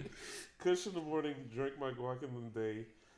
I'm tired of hearing old niggas talk about back in my day. That's the best song. That's okay. That's I off like John Woo flick off Conway the Ooh, Machine. Yeah. That was good. That line. Kush in the morning, drink my yak in the day. I'm tired of old dudes talking about back in the day. Yeah. I like that. Yeah. I do. So like that's my bar of the year. Okay. I say that all the time. that. But, okay. Not the N word part. I don't say that. As expected. Jasper, do you want me to go? Are you ready on? I've got 2, so I can go if you want, unless Yeah. you've got something you want to get off your chest real quick. I've got a few, so it's gonna take me a minute. Okay, so let me just pull up the section that I really like. Okay, yeah. So I have 2, and they're both songs or projects that I've already brought up. One is Tyler's opening verse on Cash In Cash Out, just because the imagery of hitting the beach in a furry hat sticks with you and is just like, you know. It also ties exactly into what Tyler's been doing Exactly. the last couple of It years. Like, perfectly literally. ties into Call Me If You Get Lost. I Might Sled in Utah. LA's Too Warm. That whole kind of thing. It's perfect. It's like the globe trotting. It's the opulence, that kind of thing. He's in his bag right now. 100%. Yeah.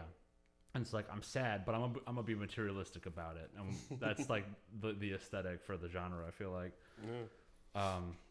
And then the other one that I think is honestly really, really underrated is Jay-Z's verse on Neck and Wrist.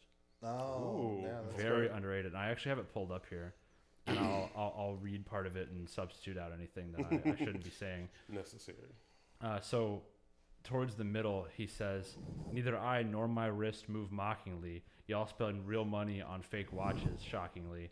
They put me on lists with these fellas, inexplicably. I put your mansion on my wall. Are you shitting me? I blew bird money. Y'all talking Twitter feed.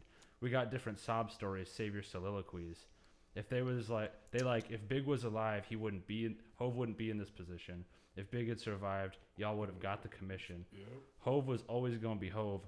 'Twas the universe will, 'cause Allah said so, and now I'm here." And it feeds right back into first in the beach with $1 million auto, and this keeps rolling. Yeah, no, that is a really that's good. Probably one of the best features. We forget like how good Jay-Z can be. Can we also just acknowledge that in order to get that verse, Pusha T just emailed Jay-Z and was like, "Hey, can you do a verse for me?" Right. That's and Jay-Z was like, "All right, bet." To be fair, let me just give you one of the best bars of the year. but an email of all the things, like, to whom it may concern. Yeah. Okay, but a lot of mine was just like you said. It's just stuff that like I'll be sitting at home, just randomly comes out of nowhere. Just like I gotta say it. Yeah. I just feel it. All of them are mostly honorable mentions, but I will give a winner. The first one, talking about Pusha T. We used to roll around copping quarter pounds from the border towns. Yep. Yeah. Bro, yep. And like the beat with it as well. That's my winner. That's my winner. It was I said so that hard. so many times. Bro. Do you have how many times in my office when people were like, "What did you do this weekend?" I'm like, "I rolled around, the border, copping quarter towns from the border pound." Like, bro. bro. What did you do this weekend? Connor. You did what now? My 9-to-5 job. It's like, but that's like that classic meme, like 2014, like me at my job at the spreadsheets. Yeah, listening to music about killing people and selling crack. Like, this is literally what it is. This is what we do now. Yeah, it's just what we do. That just stuck in my head. That was one of the honorable mentions. Late in this year, we got SZA to drop an album. Mm-hmm. What really stands out the most, I think SZA does a fantastic job at kind of showing. Her lyric game is awesome. It's amazing. Yeah, she can sing, she can rap on this album. Everything. She's got the feminine charm. Someone's actually texted me and like it grew on. It's like it's the feminine rage. It's like the emotions they can't always express. Yeah. And like when I heard this line, even myself, I was like, I hope I don't make someone feel this way. But she said, "Them whole accusations weak, them B accusations true. You hating from nosebleeds, I wish you well." I think that small line within itself speaks a lot of volume. Yeah. Because a lot of times kind of females or they take a lot of heat that's like, "Oh, you're cheating, you're doing this, you're a slut, whatever." Super dope. But then at the same time, she was like, "If you want to call me like a B, that's fine because I don't like you. Like if you feel that way, I don't care."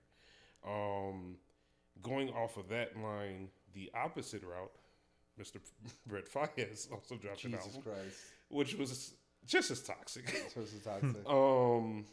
There's a whole verse. He goes, "First I'm exciting, then I'm gaslighting. Make up your mind. I'm rich as F. I ain't nothing at the same time. Please, people hate me and they love me at the same time. I'm guessing everything and nothing at the same time." This is so like manipulating. Yeah, it's ridiculous. Yeah, it's definitely one that stuck out to me because like the whole album in itself, a little teaser, it is one of my top albums. This is one of the best concept albums I think of the year in my personal opinion because it shows his growth along how he's been this toxic and now he's talking about after the effects of being toxic. Yeah. Mm-hmm. But I'll go into that later.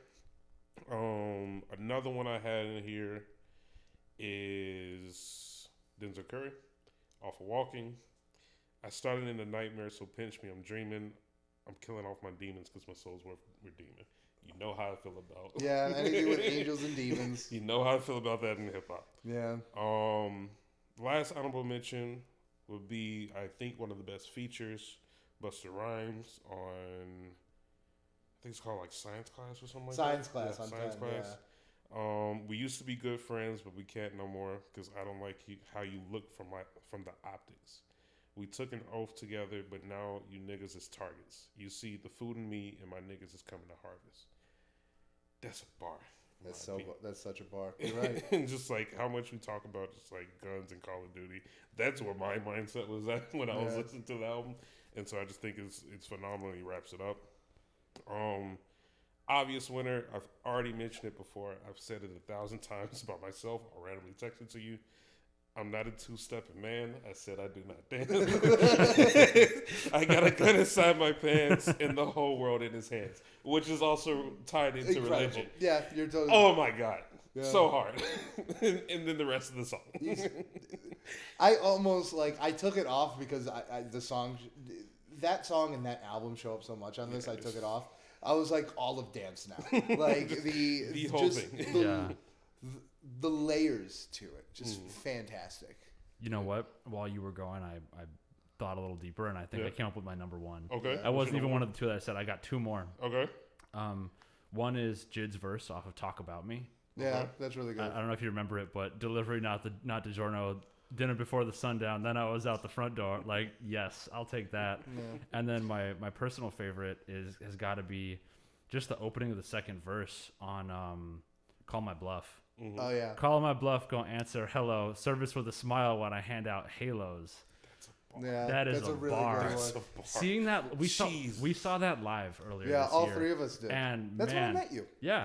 And what a show, and him like just doing that song live and the energy behind it is so different than on the recording, but in like such a good way. Mm-hmm. Another, I want to shout out the video for that because not many people even know the video exists. Yeah, and it's very. I swapped that for Diet Coke at the last minute on my list, but that I was gonna bring it up, but I didn't. Because it's very Sicario, film grain, kind of look. It's something.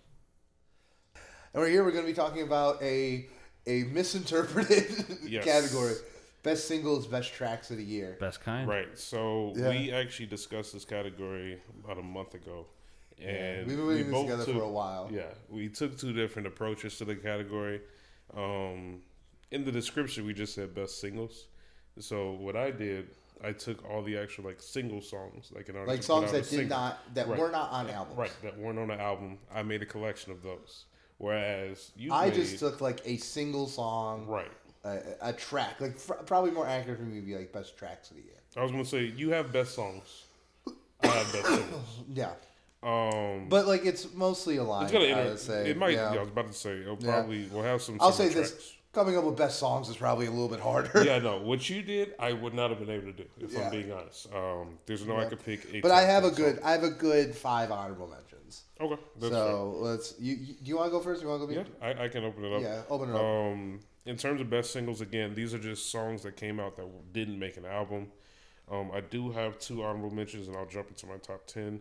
I'll be really short with honorable mentions. Nardo Wick, Who Wants Smoke, gained so much popularity. Very upbeat. I believe Future's on that one. I want to say. I remember that one, yeah. Amazing track. Andre 3000. Well, I'm going to say Andre 3000. It's really a Kanye West song. Life of the Party. Did that drop this year? That dropped this year. Yeah, because that was added on to Donda. Yeah, you're right, because it was on the deluxe. Yeah. And Donda 2's not a real album, so I didn't. But anyway, I'm going to call it Andre 3000 song because it's really just his verse. It might as well be. Yeah, it might as well be. But jumping into my top 10, I'll kind of fire through some of them. Just because of popularity, Pussy Power, Gunna. Yeah. That blew up. Everyone was talking about it. Get a Drake Future, it's going to blow up. Besides that, I've already talked about the ASAP Rocky music video is one of my favorites, although I don't think it's the best single. DMB came out. And then we have the Bia J. Cole feature.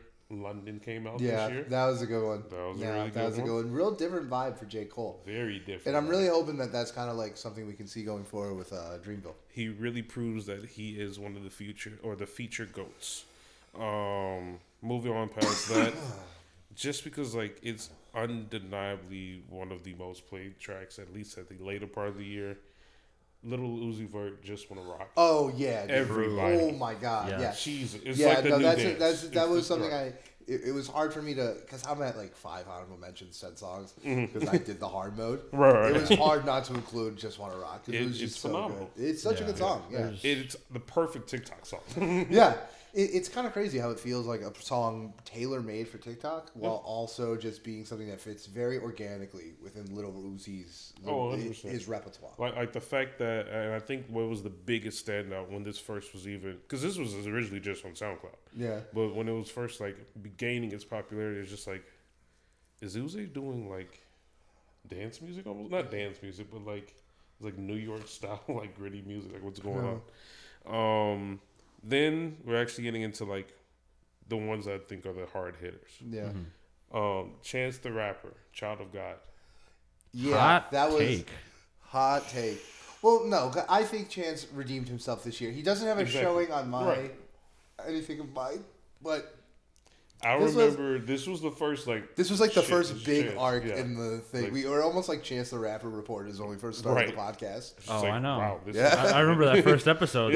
That was the one where I was like, "You got to put me on. I have thoughts and feelings about this." Well, I mean, our most popular episode. Whatever happened to Chance the Rapper? Yeah. Well, we're in the future now, and he's making some good singles. He dropped a bunch of really good singles Of this year. really good singles. You know. Another one I wanted to mention: Vince Staples' "Magic." That was one of the most like smoothest songs of the year in my opinion. It just kind of flows. It sounds good. It wraps up everything. When I think about Vince Staples, it's a perfect West California crip walking to your 9-to-5 office song. I could see that. Nas featuring 21 Savage, One Mic, One Gun. This is one of the more lyrical singles that came out this year. Later in the year, 21 Savage is again another feature king. Yeah, he really is. Kendrick Lamar, The Heart, technically part 5 was a single. Yeah, no, it was. First came out. We've said a lot about that song. We know how we feel about it. Cash In, Cash Out is a single. Yeah, and it's one of the best songs of the year. One of the best songs of the year. One of the best music videos of the year. And then, I know you're going to hate me, but the other Chance the Rapper is my favorite. The Highs and Lows. Highs and Lows with Joey Highs Badass? and Lows was like the storyline of like the beginning of his comeback. I'm not saying it's a comeback yet. I'm not going to go that far.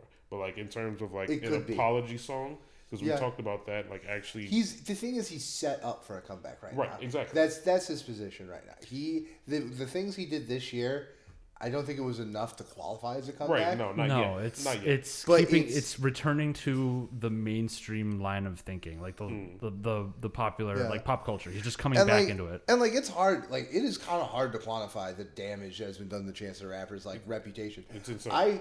When I was at the Metro the other week for the Freddie Gibbs concert, there was a poster and it was the Acid Rap Live May 14th, 2013. I almost went to that. I wasn't able to, but that's a difference. That's a heavy. But like the people, 10 years. Like, what and a the difference. people were like, it's like, oh, it's embarrassing. They should take that down. And it's like, what do you mean? It's like he's Don't like take the it big. down. I'm like the big day, and I'm like, yeah, the big day was ass, but like it has no bearing on the acid rap era. Like, that is untouched. Like it's like, God damn it! That's how I can tell you guys are transplants. Like, well, the problem with it though, I think, is that when you have an album like The Big Day, which is so not what anyone wanted or expected. Yeah. It even whenever I see something Chance now, I negatively associate it with more current events. So I can kind of see where that's coming from. Mm-hmm. Just because, like, yeah, damn, like even songs off of 10 Day that were recorded in this terrible quality, bang. Yeah. And it's like now whenever I think of that about that happy memory, I'm like, oh yeah, everything with Chance. It was like, oh yeah, everything with Chance. Yeah. So that's kind of where I'm at. But yeah, no, I get that. I'm like to some degree, but But I mean, like we said, he could be on the way to a comeback. Everything he's done is the proper steps to do so. In this song specifically, we talked about it when it first came out. It's an apology song. It really is. It sounds like an apology song, and it's a very insightful song in terms of like how he's dealing with it. Because don't get me wrong, as fans, it sucks when your artist just like turns. Yeah. Kanye West. Yeah, not for the same reasons, but just saying in general, like you can't enjoy the music anymore. Yeah. R. Kelly. Also, the list goes on. Yeah. Wiz Khalifa, another one that's not like not as bad. No, not like a moral thing, exactly, but just like a quality one. Like, fell off. Yeah. Hey, he's got to lift weights. Okay, that takes time. It's like, how's he gonna lift weights and go on the Joe Rogan podcast if he's making songs as good as Rolling Papers? Like whack. I'll take it. But anyway, yeah, that's kind of why I'm giving it. It's the apology. It's the comeback. It's the I'm sorry. And I'm sure as fans it sucks when your artist turn, but imagine how the artist feels. It's hard. Like the entire career in their eyes is probably like it's over. Yeah, so, but Highs and Lows is a hell of a song. Hell of a song. All right, let's go into the top songs because in reality, my list is probably gonna be your list. Yeah, this is my it's kind of just my interpretation of the same category. Are we good on time for the camera? We can just cut it real quick and then go back over in 1 second.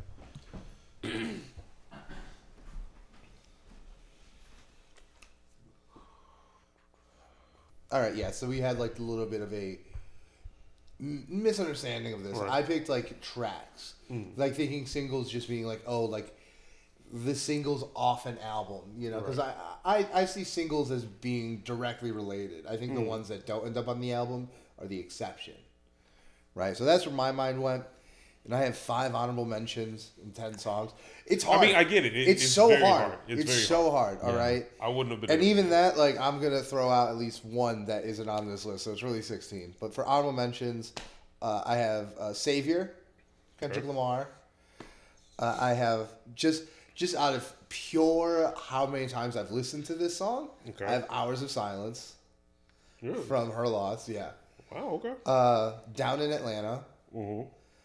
100 Chicago's. Wow, Down in Atlanta. Okay. Yeah, 100 Chicago's. Down in Atlanta's an interesting song. Right. I like it a lot. It's good. I like It's a good song. It's not just as good to be as in the top other 15. Pharrell that is Cash In Cash Out, which was the other Pharrell release this year.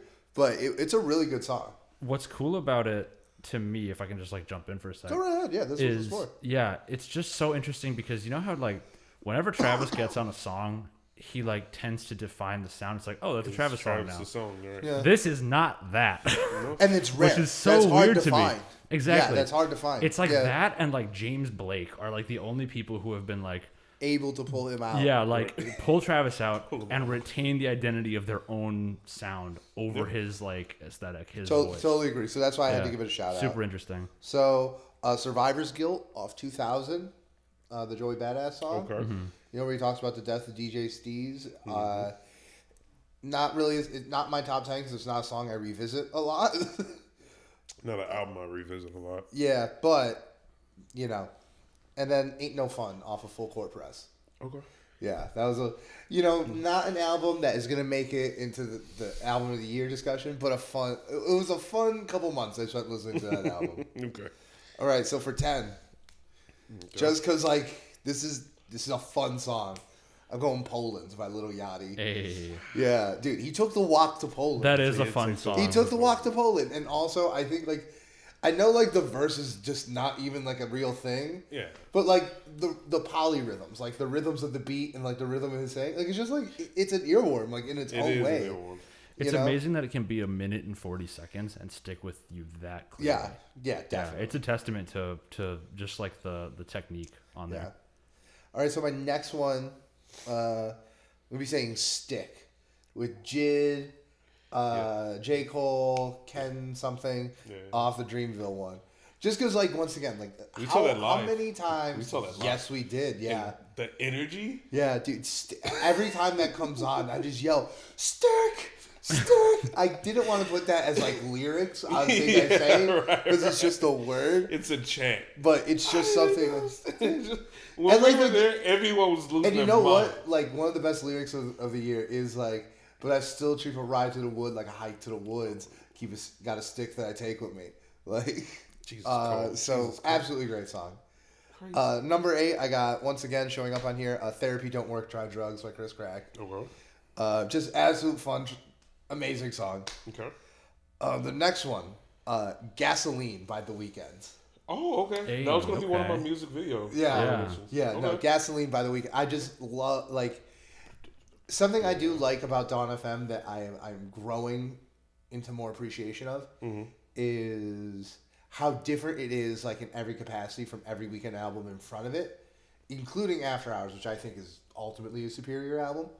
Like, and I think this is just like the way he's singing on the verses, like very low and like not in his typical falsetto, and then getting to this big hook. I just think it works really, really well. It's not just because it came out in January, but it's probably the song I've listened to the most. Next one, we've been singing his praises all day. It's been a standout, but Cash In, Cash Out. Just the second I heard that boom, that 4 count, I was like, Song of the year. Bass overload. Song, Turn everything song up. of the That's year. just such a Pharrell thing too. Yeah. Is the 1, 2, 3, 4, and on 5 you load. And on it. all Yeah. of them, on every song he does. And Oh, it's of course. crazy how Yeah. like how rarely that same exact thing, like it never bothers me. Oh no! Like no. I hear it show up on Tip of a Butterfly with All Right, and it doesn't bother me. I hear it show up on Run the Jewels 4. He It flexes doesn't bother it. me. Yeah, He It's on- uses the artist it's on like everything. actual sounds Yeah. and his voice and everything. It's on. Yeah. It's on. What is it? Robin Thicke. yeah, it's on everything. Yeah. All right, so my next one, I'm get another shout out and going Road Clean by Big Crit. Okay. Just absolutely smooth. It's this one more than any other song on the album leans on the soul side, but I don't give a shit. It's really good. Okay. 4, I'm going Man on the Moon, Brockhampton. Yeah, I listen to this song a lot. It is just an earworm to me. Okay. The only thing when I heard this, one of the things I always wanted Brockhampton to do is have more features. When I saw never Man really on the did. Moon, I was like, oh my God. You wish. Could you imagine just Cuddy hums? You wish. I know. I did wish. That's what this was. No way. My next one, we're getting my top 3. Okay. Okay, so my third track of the year, I gotta put Cody 31. Okay. You know, that was on. I don't think there's a single song on the Forever Story that isn't hard hitting and truthful and like soulful. But I feel like this is just the cream to the cream of that album. You know, He's actually singing on this. and he's singing. Yeah. He's singing better than some singers, right? Like some great singers. Like he really is, right? My next one, I got to go with Ain't No Way, the posse cut off of Melt My Eyes, See Your Future with Denzel Curry, Jid, Rico Naxi, and Six Lack. Just a God damn it. a posse Six Lack. cut of the. Is it Black? Is it Six Lack? I have Nobody no knows. No Yeah. one knows. Nobody knows. Yeah, but this is just like I love a good posse cut, and this is just 4 artists going as hard as they can, you know. And finally, my last one, John Woo Flick, Wow. Benny the Butcher, Conway the Machine, and West Side Gun. This shit That is a trio, though. This is like, first off, like just emblematic of the music I listened to this year, and also just like Conway's album is very gritty. This is like the one exception where it feels like it's like a high gloss like gangster movie. It really hits everything for me. It's my song of the year for sure. Okay. Yeah, it's got some of the best bars. I think the 3 verses are on here are all verse of the year contenders. Okay. Yeah, John Woo Flick, song of the year for me.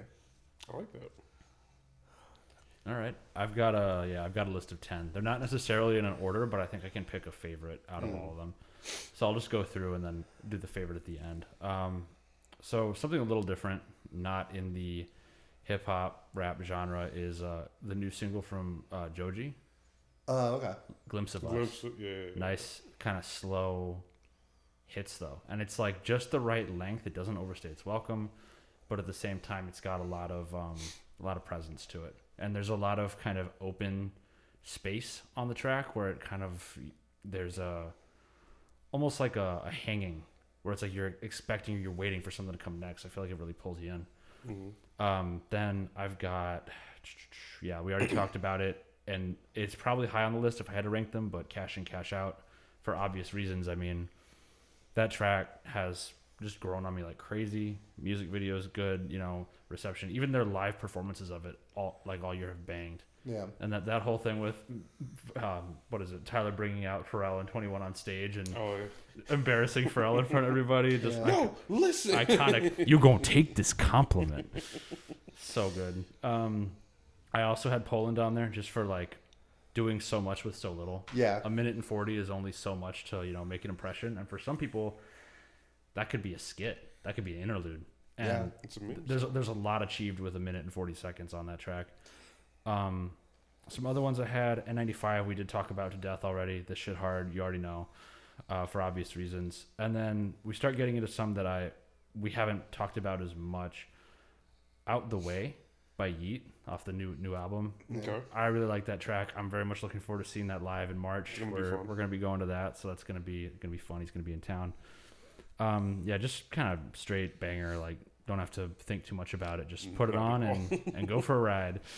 And then Come On, Let's Go, Tyler and Nego. So I know Nego again, just solid project that I think didn't get enough love. And then we get into, I'd say, like top 3 or 4 territory. I'm gonna say Love, off of the last single off of the new Kid Cudi Greatest Hits. Yeah. Love is the re-release. Yeah. Well, it's technically like the release for him for Cudi, but yeah. It was on SoundCloud. I kept SoundCloud on my phone for that one song for like 6 years. Okay, yeah, because it's just like song. it's like the fact that it's actually like, I guess, fully mastered and actually out. It's a gray area, but I'd count it as a release. Yeah, and he also closed his show with that, which was pretty cool this year as Great well. show. And then go get into the runner-ups here. Yeah, Rock and Roll, Pusha T, Kanye, Cudi. Yeah. Again, the whole Kanye thing, but it sucks, but it's such a good song. That song, and his feature specifically is really good. That song, yes, that song got major playtime for me this year. Like 100%. Just sitting on the playlists and just coming up over and over and never a skip. I'd never skip it on the album. I'll say that. Like, yeah. And then coming down to my final 2 here, it's gonna be New Mode off of Intergalactic. Okay. Love that song, and it's like, it's more mild, and it's calmer than a lot of the other things that I have, but I think it really brings something kind of interesting to the table. It's a sound we've kind of heard from Cudi before. It's familiar, but at the same time, there's something kind of new about it. It's got that cinematic feel from the whole project, and just kind of like a nice standalone. I'm disappointed that wasn't actually one of the singles off the project. Yeah. Because he did Do What I Want, and then the other one that's later in the album. Yeah. And then my number 1 spot, it's got to go to Let the Smokers Shine the Coops. Just because, talk about presence on a track, man. Like, yeah, and it's short too, and it's so good. And that's another verse that I should have brought up, is the second verse. Coca Leaf and Potpourris, Chains over Le Coq Sportif. Yeah, like, My favorite is there's like, an image being conjured. Well, another thing that's crazy is like, I think like every bar on that is like the same amount of syllables. It is. It's so tight. Everything so about good, it is just totally dialed in, and that's probably my number 1 for the year. That's a good one. That project just walked away for me personally. It's like everything else. I mean, Kendrick is crazy good, but just something about Push coming back and being able to do the same thing over better again. I'll take it. Yeah, no, you can't say no to that. Yeah. So yeah, those are my 10. That. Let's see. Let's cut. Let's just make sure that works. Yeah. I think it did. Big dogs. Yes, it did. All right, gentlemen. We've made it. We're at the big one. The big one. We're at the big one. Album of the year list. Let's do it. Right. Heavy. All right. Do we want to do all of our honorable mentions first? Because I have a. That's fine. Yeah. Okay, do yours. Okay, I have a couple. That's the thing. I have like 6. Like, okay, it's okay, a lot. okay. Like, it was impossible. This was a good year. Like, yeah, this is gonna be the meat of the podcast. Yeah. Kanye or Conway the Machine. God don't make mistakes. It passed on me at first, but when I came back to listen to it, this album is phenomenal. Only reason it didn't make it within my like top 10, I really wanted like one Griselda to represent like all of them. Yeah, and there's other ones. And there's other ones. So Conway the Machine was very, very good quality to me. Vince Staples has solidified his sound. Oh, Ramona Park broke my heart. So good. Yeah. I think it's so good. I didn't want to include it just because the sound that he's developed works very well in a smaller context. So I don't know if it was last year or the years before that, but his last album is much shorter and more compact. And I think it works better. No. It's like 25 minutes, but you can play it like this. Yeah. It's a good time eater. But this one, it gets drawn out a bit too much because he is a very like not dry, but like he's very whatever person. He's very laid back. He's very calm. He's very funny at times. He's not in your face. No, exactly. He's funny. He's friendly, but like he's very like he's the standoff guy. Yeah. So he doesn't like expand over the whole album. Lupe Fiasco, definitely a runner-up for me. I liked hearing something of quality, but it just didn't stick out Freddie Gibbs did amazing, but if I put Pusha T, I didn't want to put Freddie Gibbs. Yeah, So, I feel that. I feel Freddie that. Gibbs honorable mention. Absol just came out too late in the year. I think he could have made it in my top 10. Yeah, I just definitely was feel too as I stew on Herbert a little bit more, and I've revisited a couple, like a little bit there, here and there. Like it definitely could have creeped up and had more of an impact. Exactly. Had it not come out 2 days before the time of the year where I listen to the least amount of rap music. Yeah, I like, literally was about to say I didn't fully understand or grasp the like impact of releasing something in December. Like SZA's album almost didn't drop because it was like the time period. Yeah, and now I but understand. December is why usually a SZA pretty piece. big release window. That is true, but there's also times where like you just sometimes get pushed out because of the holidays. Yeah, that's fair. And then my last one, which is a curveball, Omar Apollo. Okay. He is an artist that I discovered this year. He does also sing, I guess you can say, in Spanish as well. So it's kind of a mixed culture album. Very phenomenal album. I think it's very clean, but it doesn't really fit within the scope, I think. of what Okay, I'm doing. cool. So yeah, that's my honorable mentions. Okay, cool. I'll go next. So first up for my honorable mentions, this one pains me. It pains me to put on my honorable mentions. Okay. But 2000. Joey Badass's album, follow up to 1999. Yeah. Joey is one of my golden boys. One of my favorite rappers, like of his generation. And it's a great album, but there's just 10 better. It's a tough year. Yeah, it's a tough reality, year. yeah. And I told you right off the bat, I don't know why 2000 just didn't sit with me. I did have to go back, and I kind of warmed up to it a little bit, but like, it just doesn't make the list, I don't think. All right. Next one, SOS. Okay. It was on my list until I remembered one album, and then and I remembered 2 albums, and then Dropped down. it dropped down a bit, but then so that made me technically an EP, but I'm She Her Black Bitch by Doechii. Yeah, Doechii, Yeah, that just like sucker punched me, and like a few of the songs like crazy have just been in my rotation all year. I feel a lot better about keeping this one in the honorable mentions because I feel like Doechii's success is in front of her. Yeah. She'll make the But I needed to give it a shout out. Wanted to shout out another female rapper with a great album. I want to recommend The Liz 2 from Armani Caesar off the Griselda tapes. I also had to limit the amount of Griselda on my top 10. And even though this isn't Griselda proper, it's certainly downriver. Long Live DJ Shay by the Black Soprano Family, which is Benny the Butcher's whole collective. West Side Gun, Stove God Cooks, they're all on that album. And it's one of my favorites. It is organized crime music. And then an album I got a lot of heart for, but unfortunately I just couldn't justify in my top 10. Digital Roses Don't Die. Ooh. You know, like I think like the fact that we started the podcast and that was like our first deep dive and like the first album we really, it's personal. You know, I have a soft spot for Big Crit. I do think this is a good album, albeit not his best.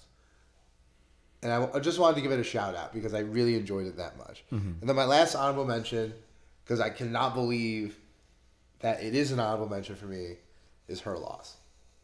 Oh, wow. I just couldn't justify not putting it on my list with how much I listened to it.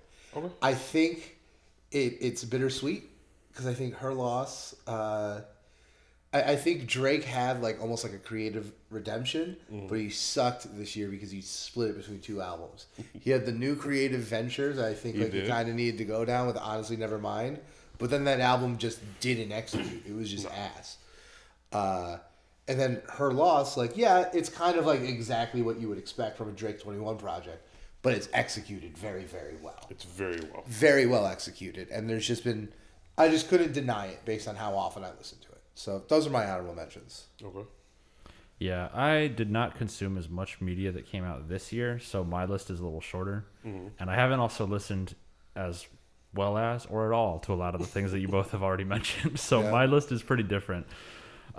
So in the last kind of spot here, I've got, I think, 5 runner-ups. Okay. So last spot is going to be Life, the Yeet album. It's pretty mindless, but at the same time, as a sound, it's kind of exactly what I was looking for in the space, because one of my favorite albums of all time, unfortunately now, is Yeezus. And the sound of rap overlaid over that kind of like noisy industrial or so basically what Gesaffelstein wound up doing with that project and also his own solo work, but actually with rap. And a lot of the beats on pretty much anything Yeet does kind of are in that vein, just with more of like a trap focus, I feel. So yeah, that project I really enjoyed, even though it's, content wise just completely empty.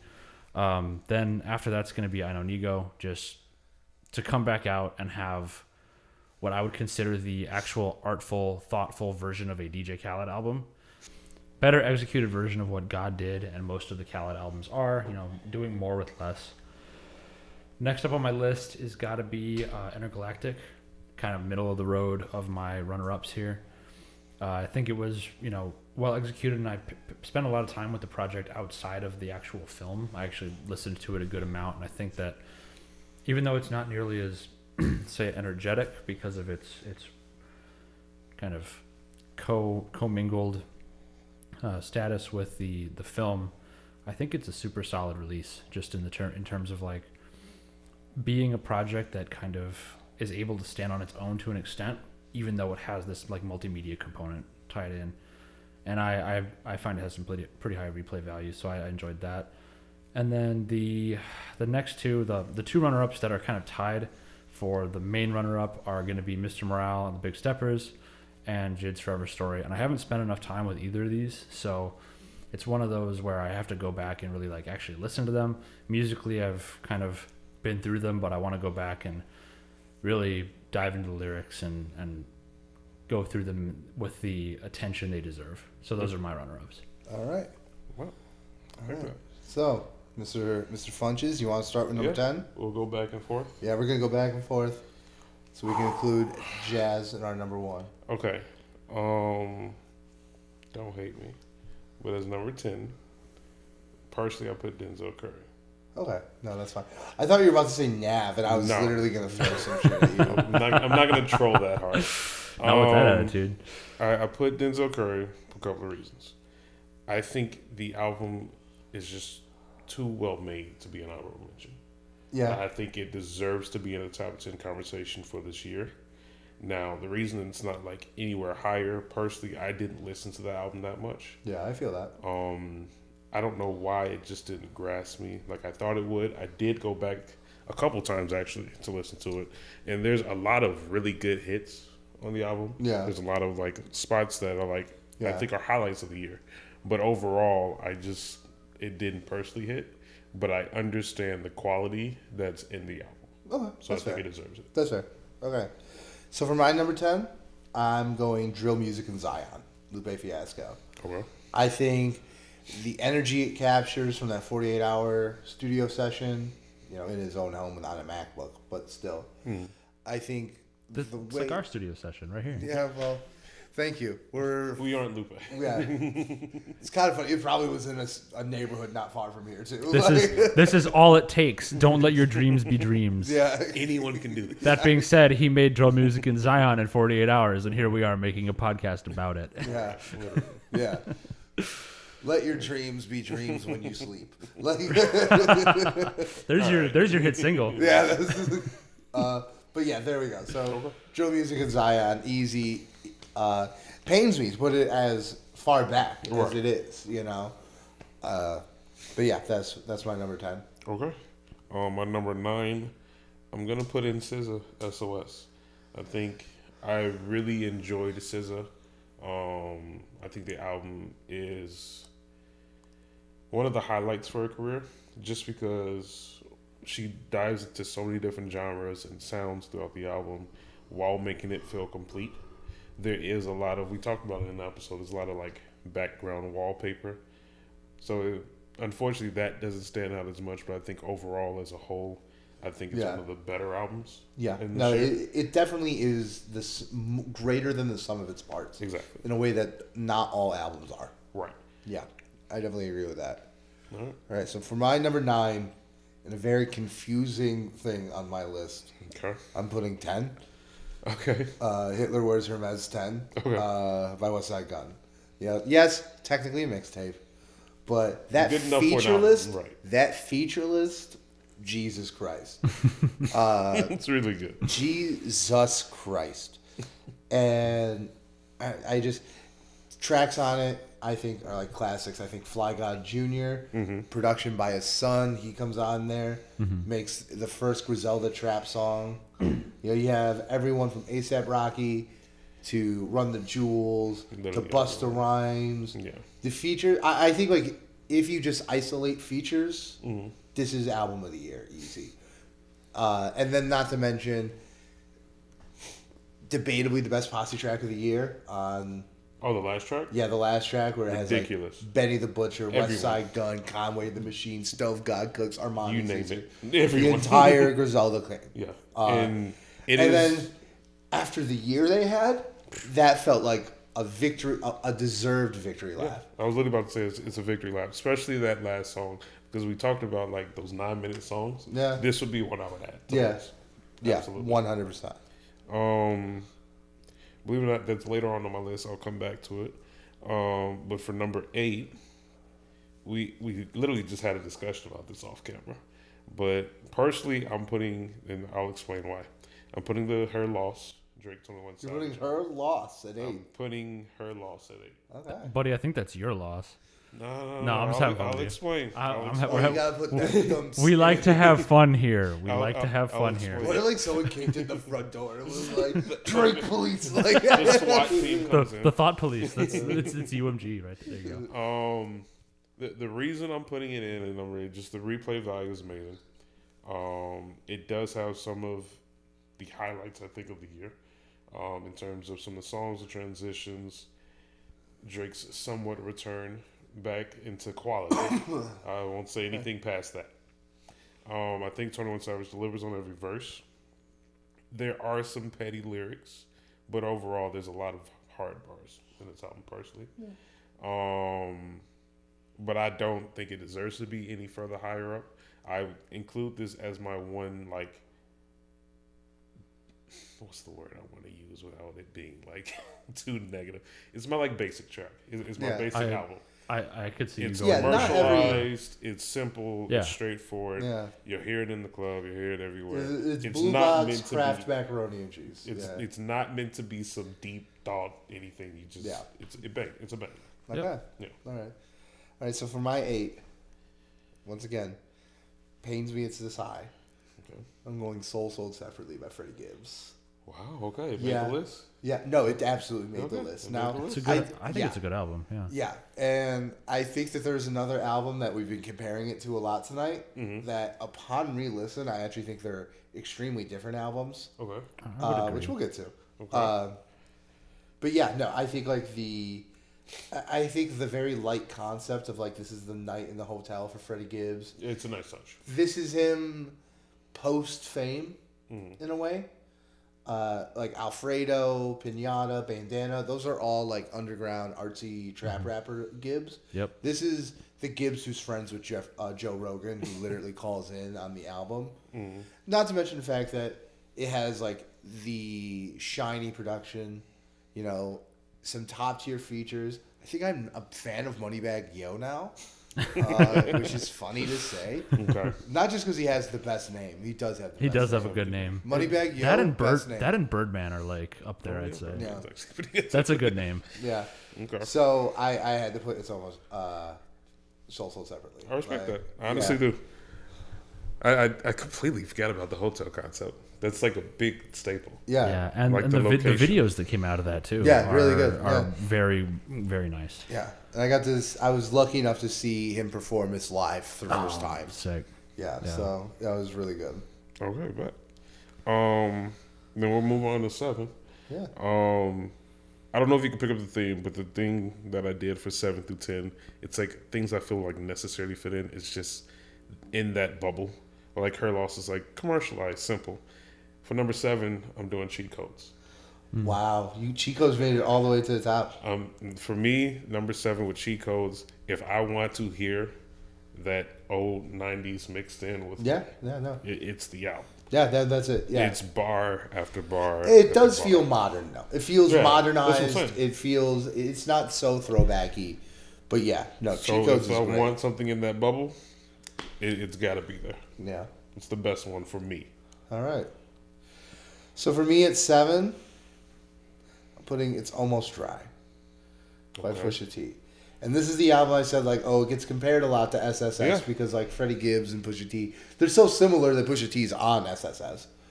But I actually think that they are, like, very different. I think SSS is very sprawling. It feels like... It's a long album. It's a long album. It feels very emotional. It's not as, like, dagger precise. It's not as, like... I don't want to say it's, like, less artful than It's Always Dry. I don't think that's the right word. But it's certainly less pointed. It's less refined. Refined is a good one. And I think it works for the album. No, it does, yeah. I think it really works for what Freddie Gibbs is trying to do. They're 7 and 8 on here. But It's Almost Dry. I just couldn't deny. If I could just jump in, here's a question for you. Would you say that this is kind of like Freddie Gibbs' Rodeo in that sense? Maybe. Don't think that. No. Actually, as a matter of fact, no. I'm going to say that because, like, it is. I agree. But in terms of like a big project that kind of defines a pivotal point in their career. The thing is that Travis doesn't have, like, look, what was it, Owl Pharaoh? Like, that's fun, right? Yeah. But Owl Pharaoh does not compare to Alfredo or Bandana or that previous. That I could agree with, but Travis's work as a producer on so many other things. But like, I think a testament to his experience before that as well. Yeah, sure, but I don't know if I'm feeling that exact comparison. That's fair, just because like this does feel like a stepping stone. Yeah. And maybe we won't be able to like really analyze like where this is in Freddie Gibbs's catalog until we get the next album. Yeah, I could see that, like context being required. Yeah, like you know, is the next album closer to Alfredo? Or is it closer to this? You know, because this does feel, and this doesn't feel commercial per se.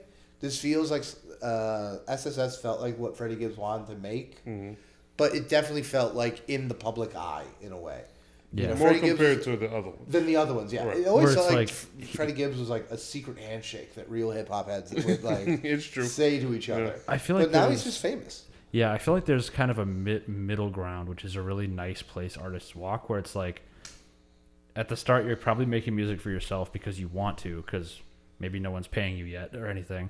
And then eventually you reach a point of critical mass where you're... Okay. All right, so you were at your number 6? Yeah, with the number 6, it is Almost Dry. We pretty much have it at the exact same spot. So I think everything that came in with this album... Yeah. It's a perfect album. Yeah, top down. It's literally damn near flawless album. Yeah, it really is. Because the songs that go into it, the beat that goes into it. Yeah. Literally everything. And something we talked about, like, because we were submerged in this album's rollout. Right. We were listening to the singles as they hit. Rolling deep. We were deep in it. We saw the live show. We did the whole thing. Literally everything. Yeah, like we did everything short of buying merch, and I don't know if Jasper bought. I bought merch. I have a shirt upstairs. Yeah. Okay, like, so everything about the album was just flawless. Really, yeah. That's really all I can say. And like another thing that we talked about before technical difficulties was like how everything on it is just so good that even the songs that I didn't really mess with when the album first dropped, I eventually found my way to them. Right. You know, like Scrape It Off is the best example of it, right? Like I heard it like when it came out, and I'm like, oh, this is cool. Like I like Don Toliver. Like this is cool. But then, like after 3-4 weeks of listening to nothing but Brambleton and like rock and roll and the Dream one, Dreaming of the Past, I'm like, oh damn, it's hard. Yeah, you know, exactly. And it's just like it keeps going and going. You can always come back fantastic. to it. And they'll give you something more. It really is. So yeah, okay, but what's your number 6? Okay, so my number 6, and I gotta say, if we're going, listening time is a factor for this, like how much I listen to these albums. But if it was the only factor, this would be number 1. Okay. And this is Reborn by Kavinsky. It's not in hip hop at all. No. But very different. I just can't leave it off because, like, in some ways, I think it's the best album of the year because I think it captures its essence, like the essence of like this is like almost like a Tron movie kind of vibe. That's the best vibe, dude. Yeah, it's so good. The synthwave vibe. Make another Tron movie, Disney. Yeah, dude, make another You Tron cowards. movie. What the fuck? Just do it. Dude, Olivia so Wilde good. needs a reboot. Come on. I literally just rewatched All those it. Disney execs watching out there. You heard me.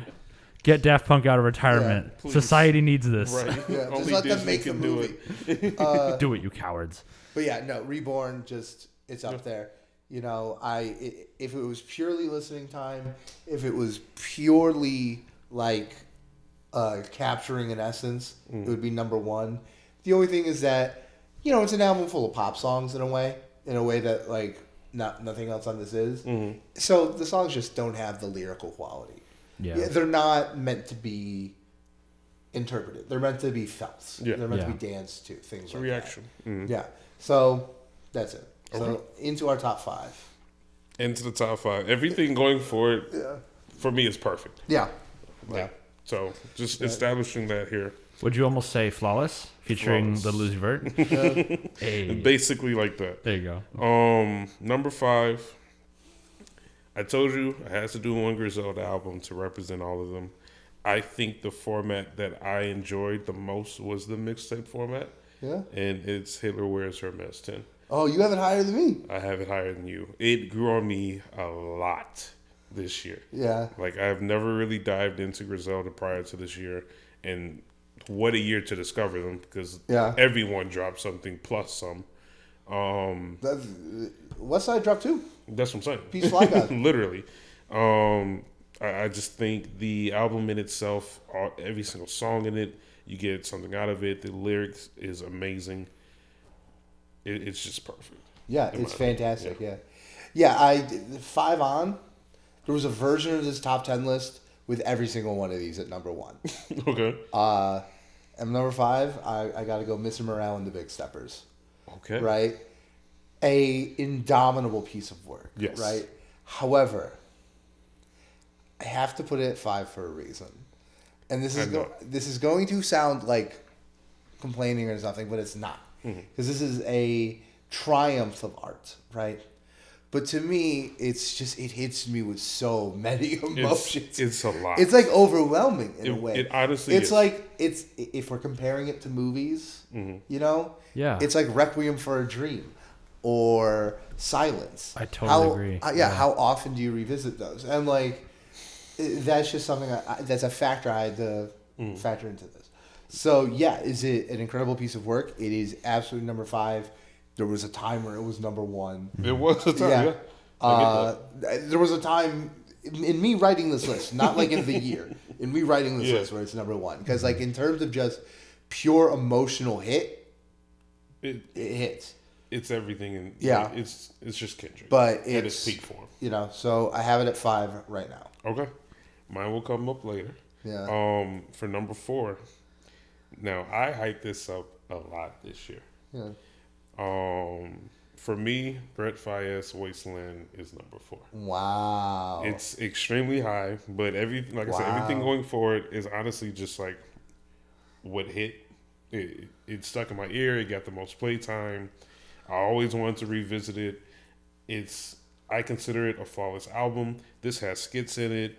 It has interludes in it. Some powerful imagery. Jesus Christ. Yeah. The last skit. Yeah. It shows the growth of the artist and what he might be doing going forward. It's no longer just I'm toxic. It's actually the aftermath. Yeah, no, there is a lot of growth on Wasteland. Right. It's a ton of growth. Some of his best singing, some of his best lyrics. The music video that goes to it's a lot. And it's just one of those, it came together perfectly. Yeah. All right, so for my number 4, I'm going God Don't Make Mistakes by Conway the Machine. Okay. Dude, it's just so good. So you did do 2 Griselda. I God did. Don't Make Mistakes is really good. Dude, God Doesn't Make Mistakes is so good. And it's the title track? Jesus. And the other thing that I like about it is like Conway is the grittiest of the Griselda guys. Mm-hmm. And so it was so unexpected for him to like dive into like things like his mental health, like on things like stress. Mm-hmm. This was the album I was listening to on the way in, like on my way to Jasper today. Yeah. Like, and this was the one that sat at number 1, the second longest. Okay. So, but obviously got switched around by some other albums. But yeah, God don't make mistakes. Conway the Machine. Just, it's a perfect gangster rap album. It is. There is, and the other thing is that it bangs. It just bangs to listen to. And it's easy to listen to. Yeah. It's You not want to that listen to long album? This God don't make mistakes. This is Start with this. Oh, don't worry, we're going deep into the archives after this. Yeah. I got to catch up, man. I've been listening to things from like 2013. So am I. Because really the internet got. Yeah, I get it. Listen, I'm happy this isn't a Spotify Wrapped where we reveal like what we listen to the most, because it'd be like, wow, you listen to Franco's just Childish been on mine for like 10 Gambino. years. It's just like it doesn't go away. Yeah. That and Earn is on my like liked Really? songs. It Yeah? keeps Yeah. coming up. Yeah, Earn slaps, man. 3005 and Ernest Telegraph good. Ave has been Telegraph my Ave is on there too. Yeah. Yeah. Jeez. It's Lloyd called Oakland. Yeah. All right, So we're good. the Okay. top three. This is, Are you ready? these are the good ones. Okay. For number 3, I don't think you'll be surprised by this at all. Smino, Love for Rent. Wow. For number That's two. a You were really, really you good were one. hyped on this. I Smino. remember I love hearing you Love for talk Rent. about I it. just- Yeah. Honestly, this was one that I was like, I genuinely kept it off my top 10 only because I knew you were going to talk about it. Bro. It's really good. It's really Just good. frees you up. It's really good. He freed you up. Speechless. I know you It's kind of, to me, what blows my mind is that like 2 of your top 5s came out in the same day. That's very Oh, impressive. yeah. Yeah. Yeah, I guess 10 that is and true. A That Love is for true. Rent both That's came very out on the cool, same yeah. day. And I gave them both equal appreciation. Yeah. Smino's one of my golden boys. He's amazing. His flow is top notch. His lyrical genius is top notch. The vibes that he brings in is just black excellence. It's perfect. Yeah. Everything about it is perfect. J. Cole's feature is perfect. Let me stop. Yeah. So my 3? Yep. All right. I am risking being like shunned by putting this so low, but for my number 3, Oh no. I'm putting The Forever Story. Jeez. Number 3. Yeah, The Forever Story. Now, I was not a huge JID fan. I wasn't a big Conway the Machine fan either. Yeah. But like going into this year, but The Forever Story, like it just knocks. It just knocks. And then like when you listen to this album and you just can't. I'm like this. Yeah. Like the one little thing I had with the album was like, the last song is great. It just doesn't feel like an ending. And then 2007 drops, and it is. He adds it. It's perfect. It's perfect. It wraps everything up. It is, and really like.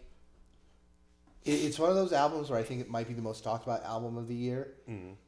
In terms of like the circles I'm in, I hear more about this album than anything else. It's on everyone's list. It's cool And because it doesn't, and I don't think it's overrated even by a hair. no, yeah, and JID has this great way of making something that is at the same time like very digestible and very like And not, layered, yeah. not easy to interpret, but like easy to consume and then kind of reflect on, but at the same time doing so much at once. Yeah. So much. I mean, I have to, like I said, I have to go back and listen to the album in more depth, but I was going, It's worth it. I was going through the music videos, like 2 or 3 of the music videos that dropped for the project, and just man, Yeah. the amount of Music videos. visual complexity and density combined with everything going on with the lyrics and everything that he's doing is just, it's a cut above. Like nobody else is doing anything like that. Yeah. He's just what, and this was really like his big mainstream introduction. Yes. This is, And like, Yeah. he is what now a- on that tier. yeah, he is now on that tier. Yeah. And yeah, like I'm sure we're gonna talk about this more. The Forever Story. That's my number 3. Yeah. Okay. Now I know Until Dawn will be one or two. I don't know who the other one is. Okay. My number 2, we've already discussed it. I'm sure you can conclude the 2 I haven't said, but at number 2 is Kendrick Lamar. We can't speak enough about like Kendrick Lamar and what he can do. Everything is consistent. I get to see him live, so I got a special emotional attachment to the album now. I was screaming in the United Center, like losing my mind. Yeah. The one flaw, and it's not even like it's a flaw. The one flaw is that it's not as digestible with some of the songs. That's but not. I'm okay with it. I don't think that's a flaw. That's what I'm because, saying. I'm like, okay with it. Yeah, It's not a bug, it's a it is feature. absolutely. Yeah, it's not a bug. It's a feature. Yeah. It's It's a feature. 100%. Right. Because you can't tell that honest and like Exactly. It's unflinching of a story without making it that thing.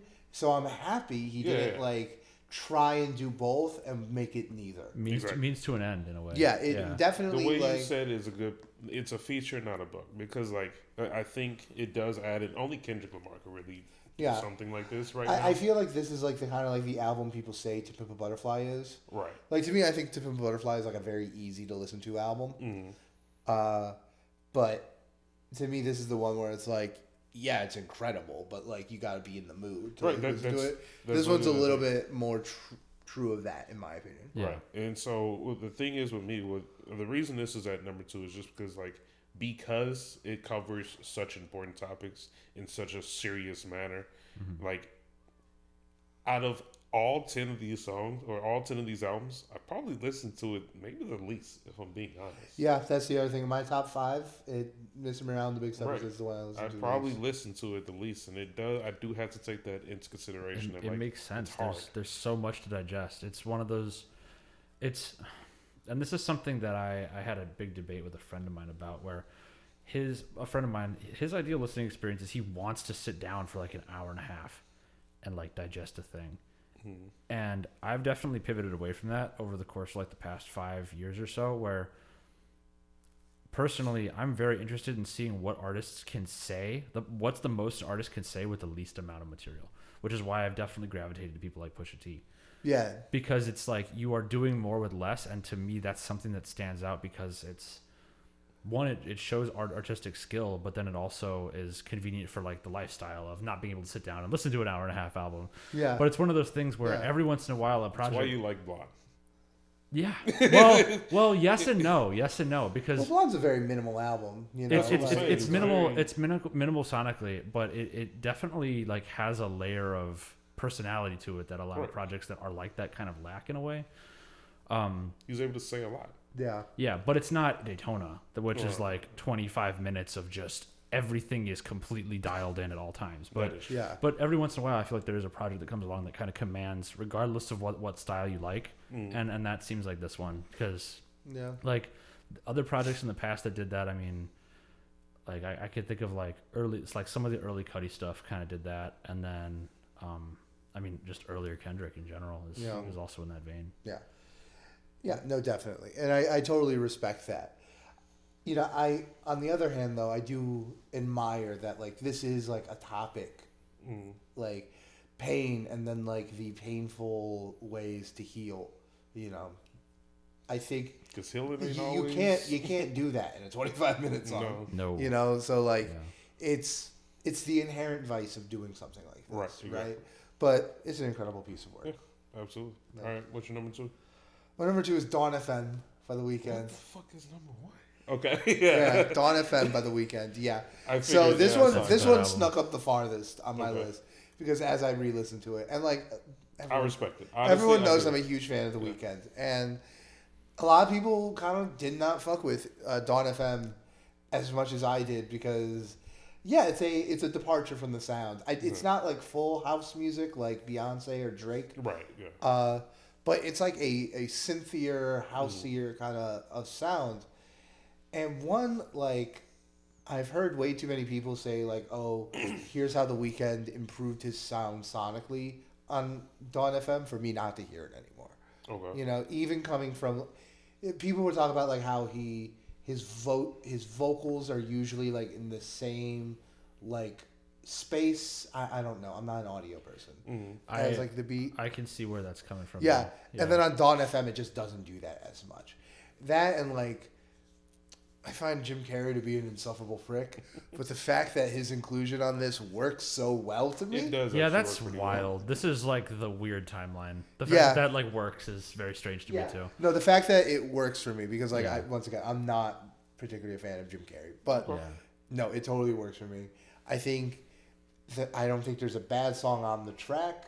I think the transitions go harder than pretty much any... Like the Metro Booming one, like, that's cool, but it's child's play compared to going... What is it? I'm going to look it up right now. It's tracks like 6 and 7. I was listening to Dawn FM earlier today. It's Best Friends and Is There Somebody Else? Okay. The transition to that... It's like top tier. Top tier. Like, there's nothing that tops it. Okay. And just seeing this guy who just... He's constantly putting out music, constantly at the top of this game, constantly top of the charts. Innovate. It's kind of something. It's a breath of fresh air. Yeah. Compared to our previous off-camera discussions. Yeah, it's a breath of fresh air. Yeah, exactly. So my number 2 for sure is Dawn FM by The Weeknd. Okay. Honestly, I did expect it to be that high. Yeah. I did. Okay. To no one's surprise. Yeah. My number 1 is The Forever Story. Yeah. Yeah. Could see that coming. Jid is one of my golden boys. I've been following since forever. Yeah. To see the growth and be along with the ride. I'm so happy you said that. Like, seeing this finished product, having it be about family, which I take extremely personally, one of the most serious topics in my life. He's throwing in religion. He's making insanely good music videos, multiple music videos for the album. Yes. Great rollout, great features. Every lyric has a meaningful message to it. He's singing, he's rapping, producing some of it. Everything. Top down. And actually being able to say, I followed Jid years ago. Yeah, and that's like going to be being satisfying. here now is like, Yep. Validating. Yeah, that's very validating. it's like, geez. Yeah, no. This is validating. I was hyping it up for like months Yeah, before it months, even came out. And I was like, Brandon, it's going to be in my top 5. It's Yeah. going to be in my top 5. Even without a hip hop podcast, you were probably going to talk about that. It's going to be my top 5. And then he delivers. And like he made me someone who was not a believer. That's what I'm saying. Like totally bought in. And put it high in your list. Yeah, number 3. yeah. Yeah, 100%. Just undeniable. Yeah. Yeah. Okay, so my number 1, of course, is Angels Protected by Demons by Nap, greatest lyricist of the game. No. And here we go. Yeah. No, my number 1, Fires. I've been saying it the entire year that this is my favorite album of the year, and it still is. Melt My Eyes, See Your Future by Denzel Curry. Yep. And really, I kind of want to go back to what you said about Jid. Because you said, like, seeing the growth from this artist. Right. Now, I was not in on Denzel Curry comparatively as early as you were into Jid. I got into him right before Taboo drops. And, yeah, like, just being able to see him go from, like, this guy who very much was very narrowly defined, in my opinion. He was the loud, angry guy. To now, like, is making, like, this ultra smooth project. The thing about this project to me is that, like, it seems like every song feels like either a radio banger that, like, hits on every level or, like, those deep, deep cuts that are gems, right? It just seems like every song, like, just falls into it. Yeah, like, it's not as thematic or conceptual as The Forever Story or Miss Around the Big Steppers. Right. But I just feel like, one, my experience with Denzel, like, watching his art, and then seeing it arrive at this point, so It's pretty satisfying. Right. Yeah. And then, like, it just has, like, some of the best features. It has an amazing Jid feature. It has an amazing T-Pain feature. No, need I go on? The features are amazing. Music videos are amazing. Yeah. The rollout of it was amazing. Yeah, fantastic. And, like, his presence throughout the whole thing. Like, I've seen everything he's done all year. He's done freestyles on the radio. The best. He did the best, you know, one of the best shows I saw this year. You know, this was another one where I was able to kind of see all the touch points. He put out the best deluxe. I was literally about to Yeah, say. like the deluxe for this one is far and away. It's different from anything we've ever heard. I think it could be one of the best deluxes of all time. Like, easy. It's the idea because, like you said, what's satisfying is seeing him come to this peak because he's performing on all cylinders. The thing is, right now, he's able to make a hip hop album and with the exact same concept, everything the same, and make it into jazz. Yeah. It just shows how like diverse he is. Yeah. What he can do. Yeah, definitely. Yeah. So yeah, that's my best album of the year. Melt My Eyes, See Your Future. I told you there was going to be no surprises. We Until there literally is. said. We said this like 6 months ago. Yeah. Maybe not 6 months ago. But we literally said our number 1 is going to be Jid and Denzel Curry. Yeah, definitely. There you go. Just played out perfect. Jasper, yours if it. Oh, okay. Mine based on, and again, this is based on what I have listened to so far, and also I did consider like playtime a big factor here. Yeah. It's got to be It's Almost Dry. At least right now, until I go back through Mr. Morale and everything else and just like really dig deep. Obviously, things can change. I would not doubt that the Forever Story ends up being my favorite from this out. That's definitely a contender. But I mean, we already kind of touched on some of the points that really I think made that project stand out. The rollout was perfect. Everything about it was so multifaceted. And one thing I always think of is like a defining characteristic for how an album does to me personally is also the context from which it comes or it like emerges, right? Yeah, that's huge. So like I don't think, and this is I hate to go back to Kanye here, but it's another example. I don't think My Beautiful Dark Twisted Fantasy would have anywhere near the impact that it did without everything that preceded it. Taylor, Swift, and then going to Hawaii and everything that happened to make the project to resuscitate the career basically. And I think that this kind of does that. Not in the same way, but I think that Pusha was so snubbed in 2018. Mm-hmm. Yeah. When Daytona, Astroworld, and then there was and everything else went up against Invasion of Privacy. But I think he was really snubbed and like didn't critically he got the flowers, so to speak, but he didn't get them in a commercial kind of social sense. And I think this project is kind of the comeback kid in that sense, and I think he's definitely gotten it more so this time around. Yeah, I mean, he's like, all right, selling coke didn't do well enough for you this way. Let me rephrase that and put it back out in 4 years and see how it goes. Yeah, it's just it's just wild, like how it's a tour de force. Yeah, and like how, because like I remember something we said was like eventually this is gonna have to run out. Eventually, the Coke bars are going to have to run out. Yeah. Hasn't yet. How many times can you say you're selling Coke? Yeah, but that's what's kind of cool about it, right? Is because every time he does it, because he sticks to that kind of subject matter, he finds a way to really do it, or like visit a new concept or like a new way of delivering the same thing. Yeah. Whether it's like a musical delivery or it's the wordplay or the features or whoever he happens to like bring on a project. And I think there's some merit there too, where it's like over time the features have gotten more polished. The production has gotten smoother. And there's just so many things about it that kind of have elevated it over time. We want to talk about like iterative improvement in an artist. Pusha T's like textbook. Yeah. Also, I think this is the year he surpassed Kanye in terms of quality of releases. Look at what Kanye put out this year, Relative, and that was like his mentor for the longest time. So yeah, I think that's an achievement in and of itself. Not that Donda 2 is anything to write home about. I was going to say it's not the highest bar. Yeah, no, it's not the highest bar. But he did. But even if you count it against Donda, in my opinion, and I was a fan of that album when it came out. Me too. I like the original, but Donda 2 is, I think, a different, different thing. Even against Donda, which I liked, I would say It's Almost Dry surpasses. I would agree. Yeah. I would agree. Some people say that he surpassed him in 2018 with Daytona being better than Ye. Yeah, but I don't think it was better than Kids See Ghost. I think it was. That's a fair point. Yeah. And Kids See Ghost is still technically the Kanye project, so. Yeah. But yeah, I think Donda's like very long-winded compared. Yeah. So I think that there are a lot of good tracks on there, but it's very conceptual and it doesn't have anything about it that really like grabs you in a certain way. And I think It's Almost Dry does that pretty much with every track. Yeah. Cool. All right, those are our albums of the year. Made it to the. Let's get to the big award, shall we? Nugget. This was tough. Yeah, Golden Nugget, Artist of the Year, our flagship award. I think it's Jid personally. Yeah. Personally, I'm going to say Jid because just timeline wise, it is his peak. It is a build up to exactly where he needs to be. He set himself perfectly for everything going forward.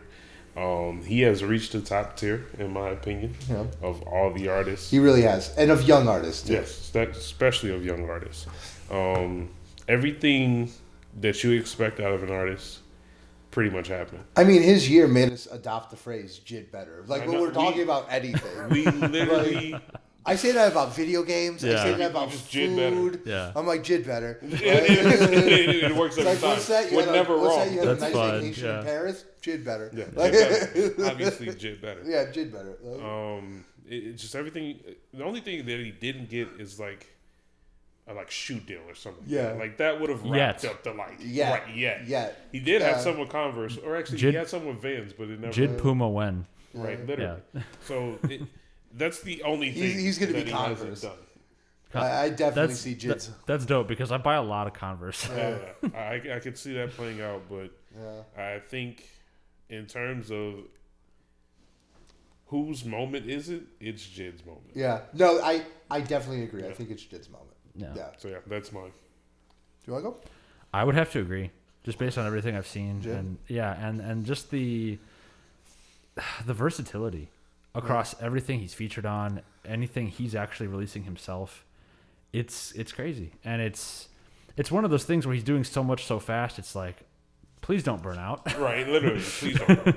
Please save some for future projects. I think You're doing a lot. Yeah. I think the craziest thing about Jid is like how much have we talked about him in this episode, Yeah. Oh yeah, throughout the entire and episode. how little It's layered. and how many times have we brought up J. Cole, someone who like he arguably as People good as say the he was Forever shadow, Story yeah, is, yeah. you would arguably still in J. Cole's shadow because Jid's not J. Cole yet. Right, it's J. Cole. But But the fact that was a big part of Yeah. him developing was just like, we he's have this he's whole under J. thing Cole. sans J. Cole. Right, he's under J. Cole. He's signed to Dreamville. He's signed to J. Cole. Yeah. And now it's like, no. It's like, this is his project. Yeah. This is him. He's his own person now. Well, that's I mean, and we see this happen though, right? I mean, Travis on Grand Hustle, I think is another great example of that, where it's just like the torch is kind of passed in a way, you know. Here you go. Yeah.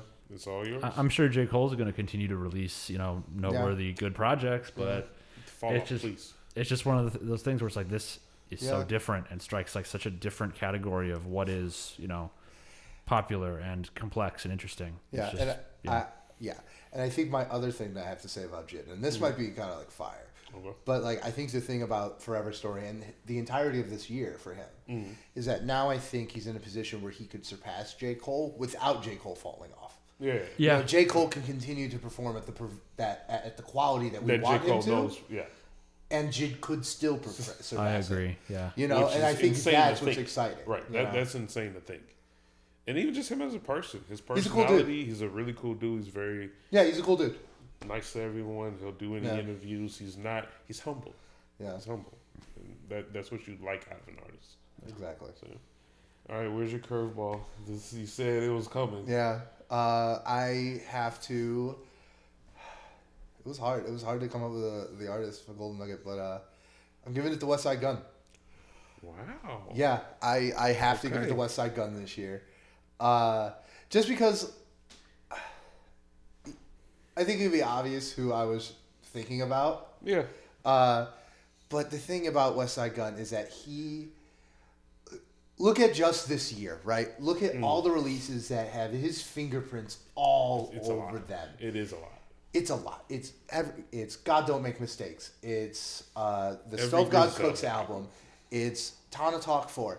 It's Peace Fly God, which I re-listened to for this, and I liked a lot more Me than the too. first time I listened Same. to it. Literally same. And then Hitler Wears Hermes 10. It's Liz 2. It's everything. All the features. And on top of that, this year was basically the payoff of groundwork he's been laying for 10 years, back when he was at Shady Records with Conway, right? Yeah. This Griselda takeover, this was not a lucky year for them. No. This was a plan. This was an operation. Coordinated. This was coordinated effort. And And- successfully fulfilled. Executed perfectly. And yeah, sure. Like when it comes to like who am I going to go on Spotify and go to first, maybe I do pick Conway and Benny over West Side Gun sometimes. But I think it's obvious who the mastermind is here. And this year, like, yeah, you're right. I don't think anyone jumped into star status the way Jid did. Yeah. I don't think anyone proved themselves the way Denzel Curry did. Yep. But I don't think anyone potentially rerouted the river of hip hop music the way West Side Gun did. Yeah. And for that, I'm pulling my curveball. That was West Side Gun gets my Golden Nugget. Okay. Yeah. I respect that, honestly. Yeah. It was good reasoning. Yeah. Good. All right. This is the first end of the year special, This is guys. the first of the year special we've made. God. All right. We made Hopefully it. many Fuck. more to come. Hope there will be more to come. Yeah. I But can't afford a therapist, so I need this podcast. this is what we're doing now. This There is you much go. cheaper. Yeah. But honestly, I appreciate anyone that watched. Yeah. Anyone, if you're stuck watching with us this, this whole time. if you're watching this, much love. Yeah, honestly. DM Isaac for $5. Literally, offer still on the table. Yeah. Yeah, it's been a fun ride. Honestly, we're coming up on a year and maybe a month. Yeah, or two. we have an anniversary. Yeah. I don't think we'll do a special like this for the anniversary, unless we want to. Unless we have a great something idea. simple. Could be done. It could be done. Like, Yeah. But I mean, it's really dope to finally see everything come together. We've been planning this for a while, and I think it's actually a pretty good episode. I think this is great. Yeah. And the best news is I don't know when you're watching this. I don't know if it's the second, the third, whenever. Whenever it comes But we're back video only on Thursday. And that will be out Friday, I think. So yeah, that's our end of the year. Yeah, no recommendations. Yeah, no recommendations right now. We'll get them in 3 days. Yeah, we'll be back later this week. Yeah. There you go. Yeah, dope. All right. Signing off. Bye.